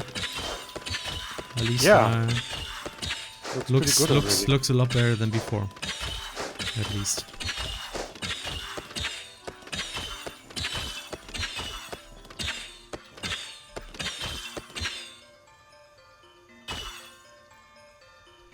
Yeah. And yeah, that's all for today. Oh yeah. So sorry for those who just joined, but the stream we were planning to actually wrap up that stream. Late already, so yeah.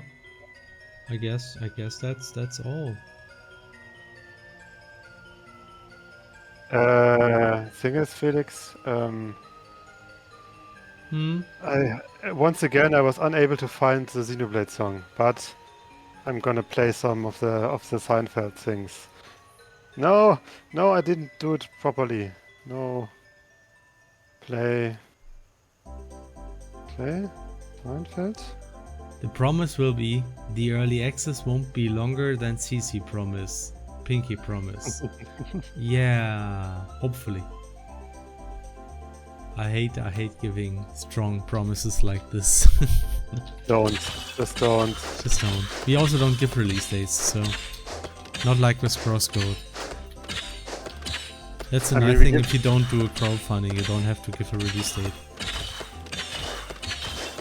Yeah, tonight will be time change. I don't think it's for United States yet. If I read correctly, it will happen next week or the week afterwards. It's always because the United States and Europe have different dates for like time changes. So you have like So 4 different time relationships. Yeah, that's why there's 4 different images for the stream. There's one in winter time, there's one in summertime, and there's 2 for these transition times where like Germany and the United States don't agree on winter time and summertime.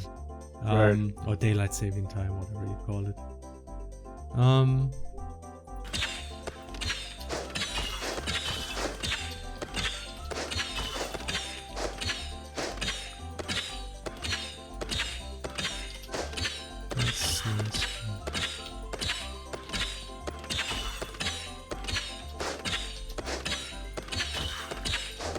I can't stop throwing the truck now. That's a good sign. It means a karma.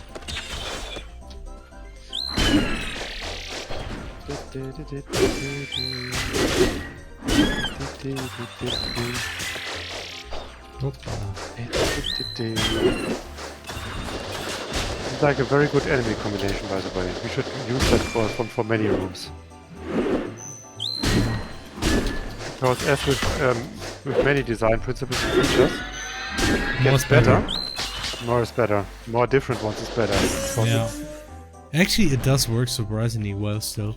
I mean, in general, I think the way we handle enemy frequencies will probably work a lot better in this game compared to Crosscode. Yeah, it's this kind of Seinfeld theme where we rather should end quickly. Yeah. Goodbye, everyone. Thanks for watching. Thanks for listening. Thanks for filling our chat with love and joy and curiosity. And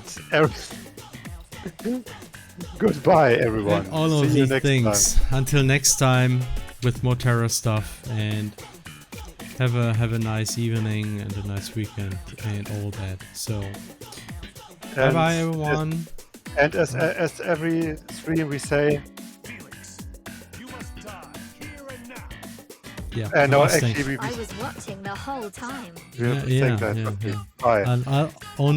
Unless you didn't watch the whole time, which is totally fine too. So, okay, anyway. Bye bye. Bye bye.